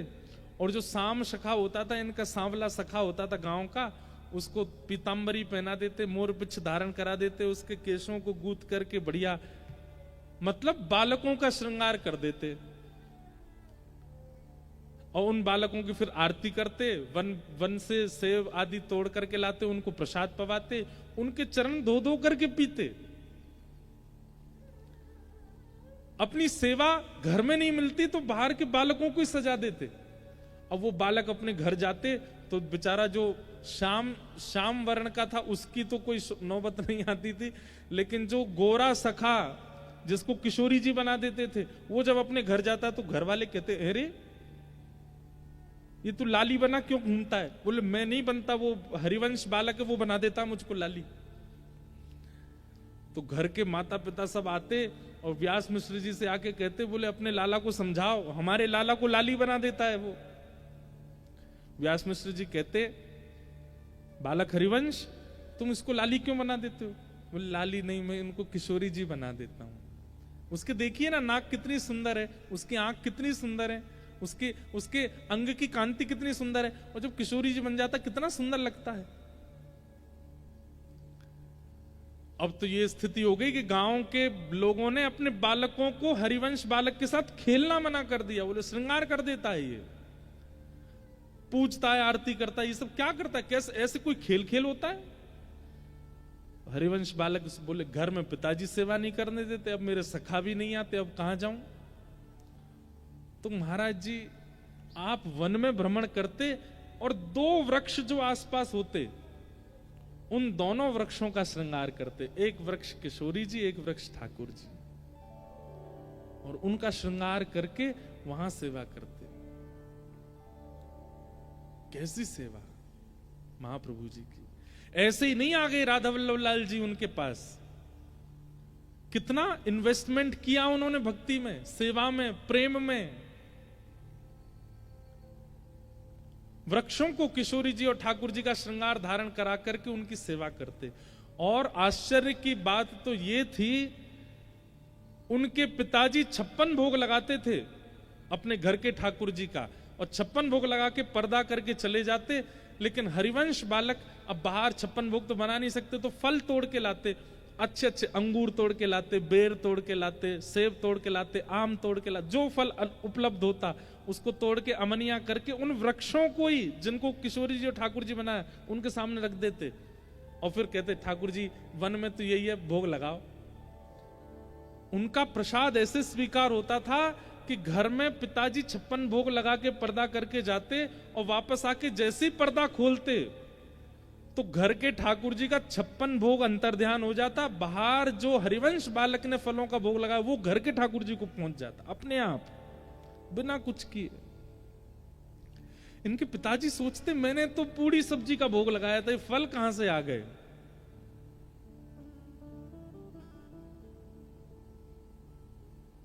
ऐसी सेवा करते श्री हरिवंश महाप्रभु। अब चरित्र तो उनका बहुत विस्तृत है, कैसे कैसे अनुभव हुए उनको, रास का अनुभव हुआ, सब बाल्यकाल से अनुभव हो गया था उनको। और महाराज जी एक नियम था श्री हितवंश महाप्रभु का, जिस नियम का उन्होंने त्याग नहीं किया कभी भी। क्या? जल भी यदि पीते थे तो वो पीते थे जो ठाकुर जी का भोग लगा हो। प्यासा रहना मंजूर है, लेकिन बिना ठाकुर जी को निवेदित किए कोई वस्तु स्वीकार नहीं करते थे। महाप्रभु जी के लिए एक सुंदर पंक्ति भी हमारे ब्रज में गाते हैं, काहू लियो जप काहू लियो तप। किसी ने जप लिया, किसी ने तप लिया।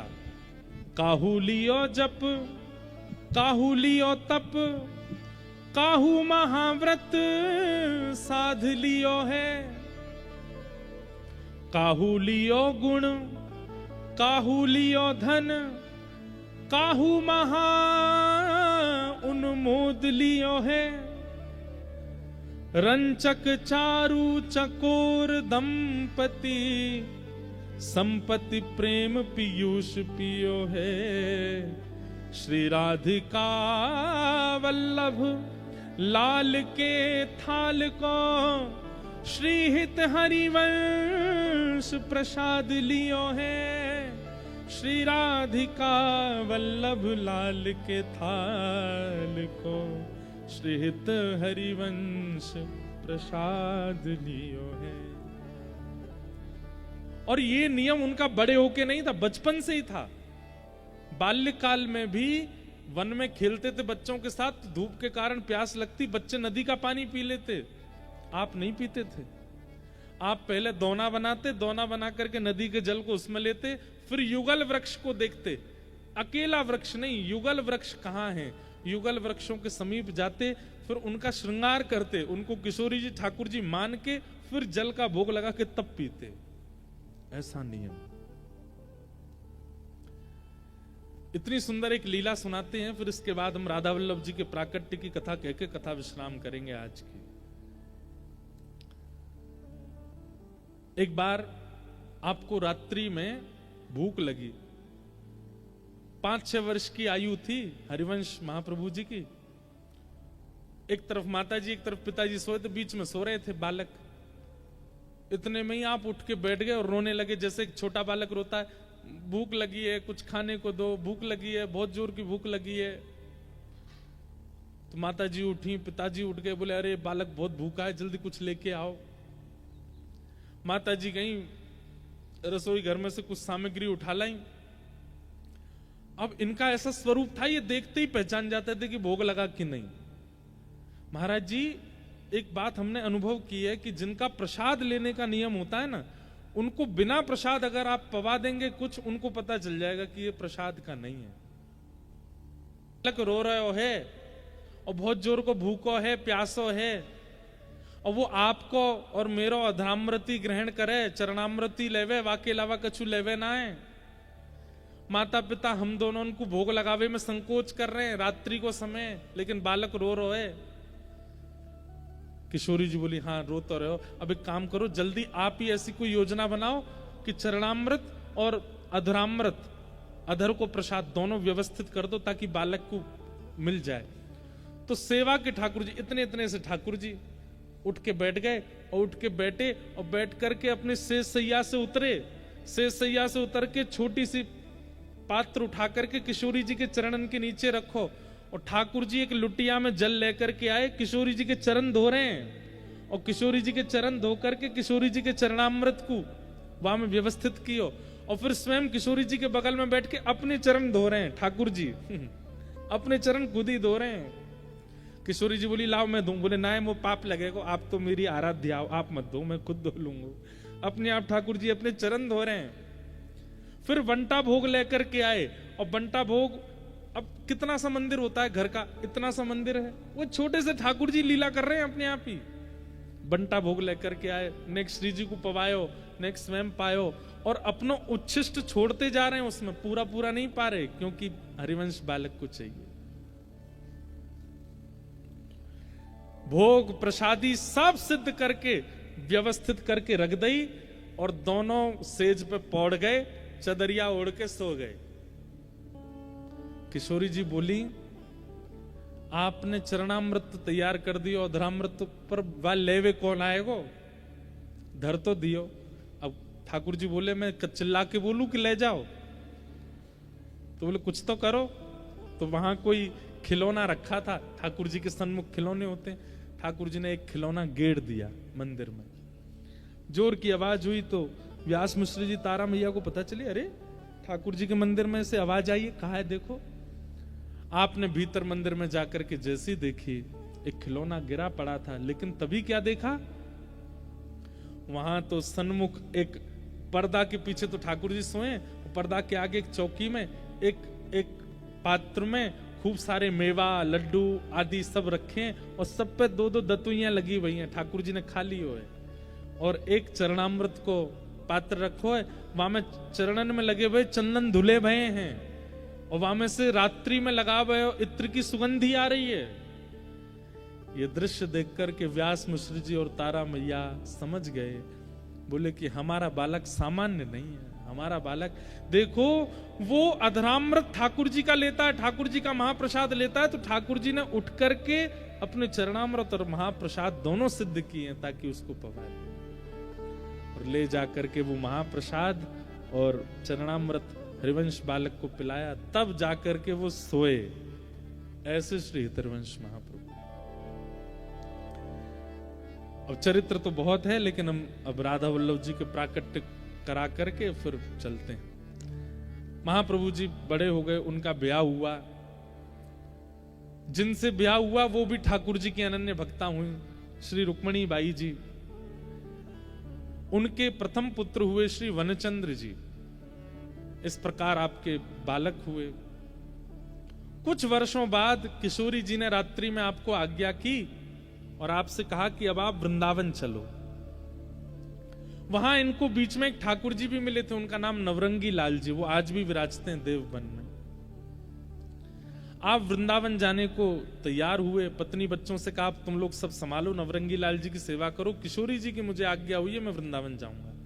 और महाराज जी हरिवंश महाप्रभु जी को दीक्षा भी किशोरी जी नहीं दी, राधा रानी नहीं दी, राधा नाम की दीक्षा प्रदान की। महाप्रभु जी वृंदावन के लिए निकले, रात्रि हो गई थी, चित्थावल नाम के गांव में आप एक वृक्ष के नीचे सो गए। किशोरी जी ने वहां फिर स्वप्न दिया और कहा कि हम यहां दोनों युगल एक रूप में विराजमान हैं, आप कृपा करके आत्मदेव नाम के ब्राह्मण है उनके घर जाओ, वहां से हमारे उस स्वरूप को लेकर के वृंदावन चलो। और किशोरी जी ने आज्ञा की, अपनी पत्नी बच्चों को छोड़ करके आए हो देवबन में, लेकिन अब हमारी आज्ञा है, हमारी सेवा के विस्तार के लिए आत्मदेव ब्राह्मण जो हैं, इनकी 2 पुत्रियां, दोनों से आप ब्याह कर लेना और इन्हीं का वंश हमारे आगे सेवा में लगेगा। हरिवंश महाप्रभु बोले, आपने ये कैसी लीला करी श्री जी, अभी अभी तो हम त्याग करके आए घर परिवार का, अब यहां आकर के दूसरा ब्याह। बोले हमारी आज्ञा है, करो, पूछो नहीं क्यों।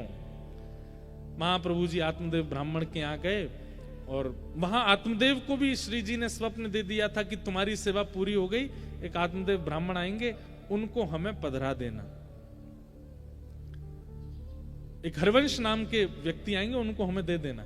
आत्मदेव ब्राह्मण ने जैसी देखा, वो प्यारो वृंदावन की अभी वीडियो बनी है बहुत अच्छी, महाराज जी को मैं दिखाऊंगा, तो उसमें बहुत छोटे छोटे चरित्र दिखाए हैं। उसमें यहां से चरित्र दिखता है कि हरिवंश महाप्रभु आत्मदेव ब्राह्मण के यहाँ जाते हैं और जाकर के बताते हैं कि मुझे स्वप्न में श्री जी ने आज्ञा की कि आपके जो ठाकुर जी हैं इन्हें मुझे दे दो, मैं इनको लेकर वृंदावन जाऊंगा। और आश्चर्य की बात ये कि हरिवंश महाप्रभु बोले, स्वप्न में ये भी कहा है कि आपकी जो दोनों बेटी है उनसे हमारा ब्याह और करा दो। कोई अपने ब्याह का प्रस्ताव ऐसे कैसे देता है?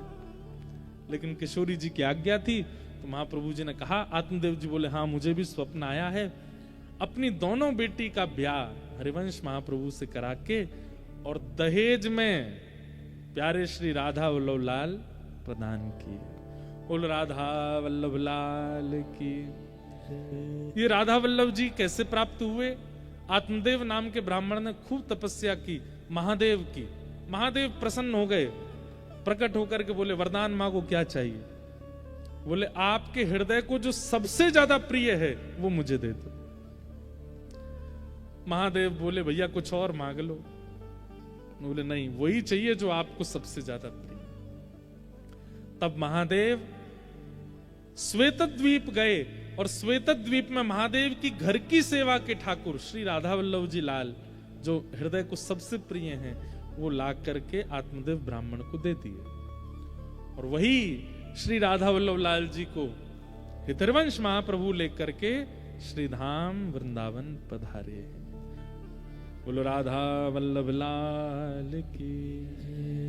अब एक राधा वल्लभ लाल जी की बधाई है। जैसे ही वे वृंदावन आए तो कैसी बधाई गायन हुआ, उसको गा करके और फिर हम आज के उत्सव को विराम देंगे। कल बंधुओं श्री लाडली जू के मंगल यश का गान सुनेंगे। आप सब लोग 3 बजे के समय से ही यहाँ आ जाइएगा। 6 बजे तक कथा रहेगी और फिर परसों से क्या रूपरेखा है वो हम कल कथा में बताएंगे। हो आए राधा वल्लभ लाल, आए राधा वल्लभ लाल, हो आए राधा वल्लभ लाल, आए राधा वल्लभ लाल। बधाई बाज रही, बधाई बाज रही, बधाई बाज रही, बधाई बाज रही। ओ आए राधा वल्लभ लाल, आए राधा वल्लभ लाल, ओ आए राधा वल्लभ लाल, आए राधा वल्लभ लाल। हाँ बधाई बाज रही, बधाई बाज रही, ओ बधाई बाज रही, बधाई बाज रही। ओ श्री जी ने इन्हें वचन सुनायो, श्री जी ने इन्हें वचन सुनायो, श्री जी ने इन्हें वचन सुनाए, श्री जी ने इन्हें वचन सुनायो। हो श्री हरिवंश जी लेकर आए, श्री हरिवंश जी लेकर आए, हाँ श्री हरिवंश जी लेकर आए, श्री हरिवंश जी लेकर ओ आए। छवि आनंद रूप रसाल, छवि आनंद रूप रसा, ओ छवि आनंद रूप रसाल, छवि आनंद रूप रसा। बधाई बाज रही, बधाई बाज रही, बधाई बाज रही, बधाई बाज रही। ओ आए राधा वल्लभ लाल, आए राधा वल्लभ लाल, ओ आए राधा वल्लभ लाल, आए राधा वल्लभ लाल। हे बधाई बाज रही, बधाई बाज रही, हे बधाई बाज रही, बधाई बाज श्री राधा वल्लभ लाल की।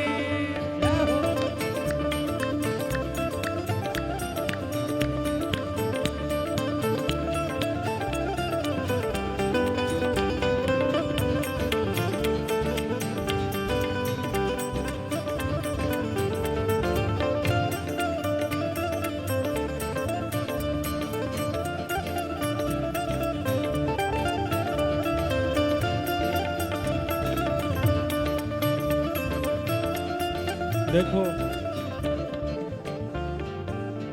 किसी को किसी की शकल नहीं दिख रही है, मुझे तो आप दिख ही नहीं रहे। ऐसे में शर्म काय को करनी है, खड़े हो जाओ, बढ़िया नृत्य करो। प्यारे राधा वल्लभ लाल जी प्रकट हो रहे हैं। आज पावन एकादशी का दिन हितरवंश महाप्रभु का जन्मोत्सव है। बढ़िया भाव से उत्सव मनाते हुए गाओ। हाँ, श्री हरिवंश जू नाचे गावे, श्री हरिवंश जू नाचे गावे, हाँ, श्री हरिवंश जू नाचे गावे, श्री हरिवंश जू नाचे और गावे, भर भर के बधाई लुटावे, भर भर के बधाई लुटावे, हाँ, भर भर के बधाई लुटावे, भर भर के ये बधाई और लुटावे। महाप्रभु जी अपने हृदय पर हाथ रख के क्या गा रहे हैं?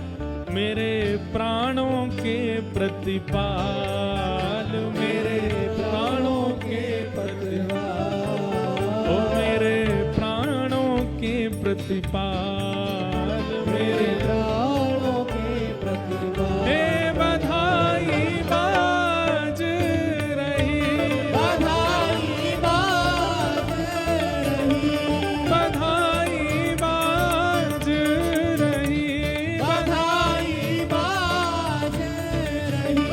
ओ आए राधा वल्लभ लाल, आए राधा वल्लभ लाल, ओ आए राधा वल्लभ लाल, आए राधा वल्लभ लाल, हे बधाई बाज रही, बधाई बाज रही, हे बधाई बाज रही। बधाई बाज रही। और वृंदावन में बाजी बधाई, वृंदावन में बाजी बधाई, दत्त धाम में बाजी बधाई, दत्त धाम में बाजी बधाई। क्यों? राधा वल्लभ निधि प्रगटाई, राधा वल्लभ निधि प्रगटाई, प्यारे राधा वल्लभ निधि प्रगटाई। राधा वल्लभ और निधि प्रगटाई। अगली पंक्ति जो है ये आपको करना है क्या? वो सब नाचे दे दे ताल, सब नाचे दे दे ताल, वो सब नाचे दे दे ताल, सब नाचे दे देता, बधाई बाज रही, बधाई बाज रही, बधाई बाज रही, बधाई बाज रही। हे आयो राधा वल्लभ लाल, आयो राधा वल्लभ लाल, ओ आयो राधा वल्लभ लाल, आयो राधा वल्लभ लाल, हे बधाई बाज रही, बधाई बाज रही, हे बधाई बाज रही। बधाई बाज रही। आतुर हित हरिवंश पुकारो, राधा राधा नाम, आतुरित हरिवंश पुकारो, राधा राधा नाम।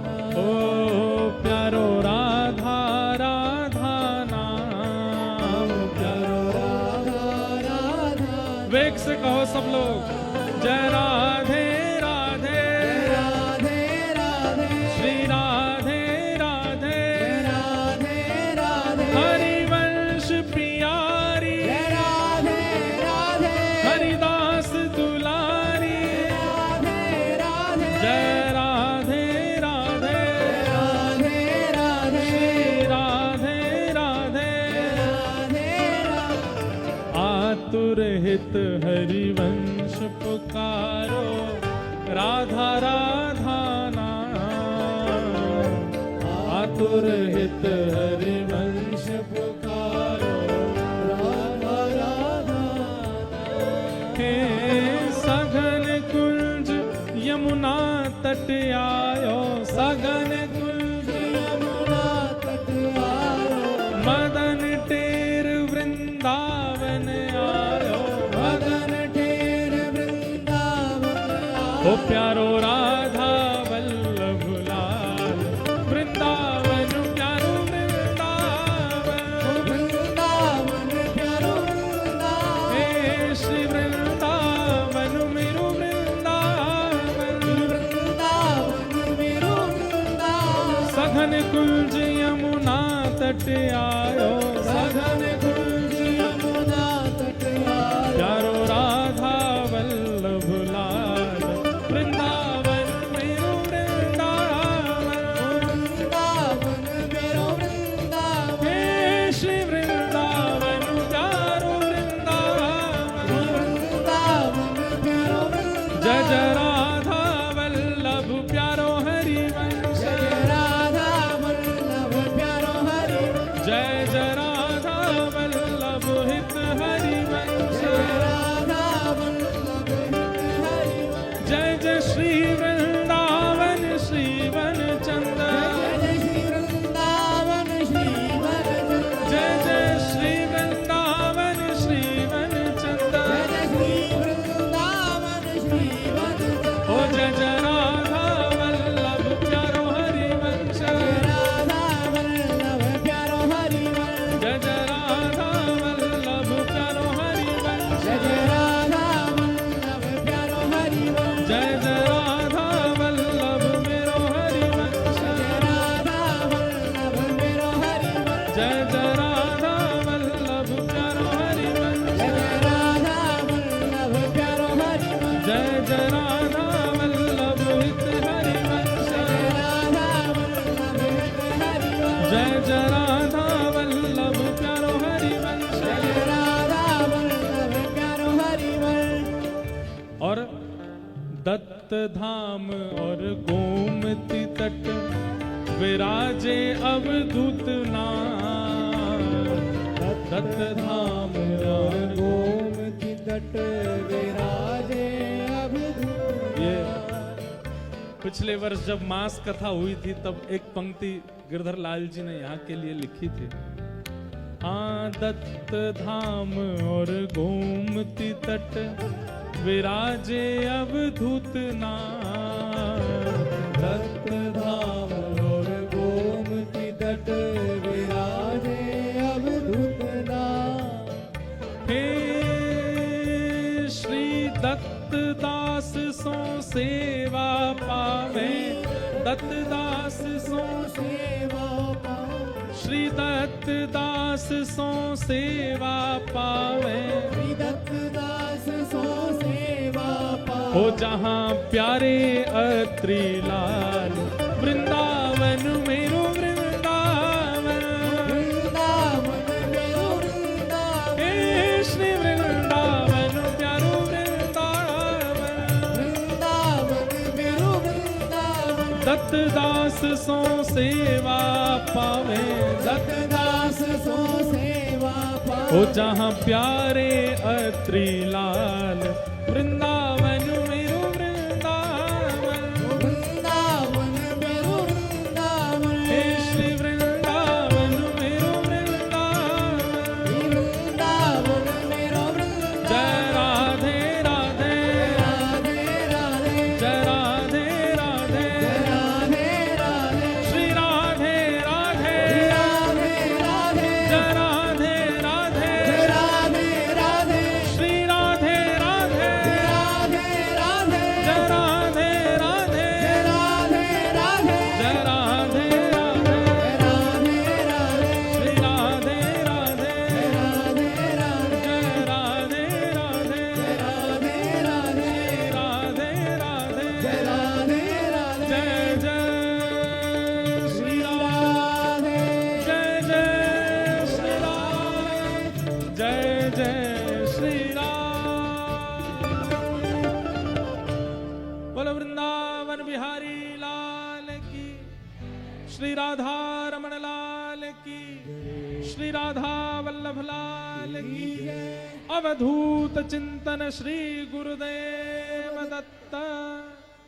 नमः पार्वती पतये हर महादेव।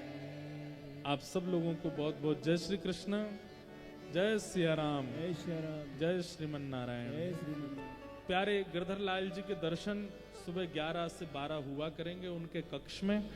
आप सब लोग वहीं दर्शन कर लिया करना और बाकी की रूपरेखा महाराज जी जैसी आज्ञा करेंगे कल हम और आप सबको अवगत करा देंगे। कल कथा का समय 3 बजे से आप सब लोग समय का ध्यान रख करके आइएगा। श्री किशोरी जी का कल मंगल प्रादुर्भाव उत्सव हम लोग मनाएंगे, प्राकट्य उत्सव मनाएंगे और इसी प्रकार ब्रज वृंदावन की रस चर्चाओं में इन 7 दिनों को व्यवस्थित करेंगे। जय श्री कृष्ण। जय श्री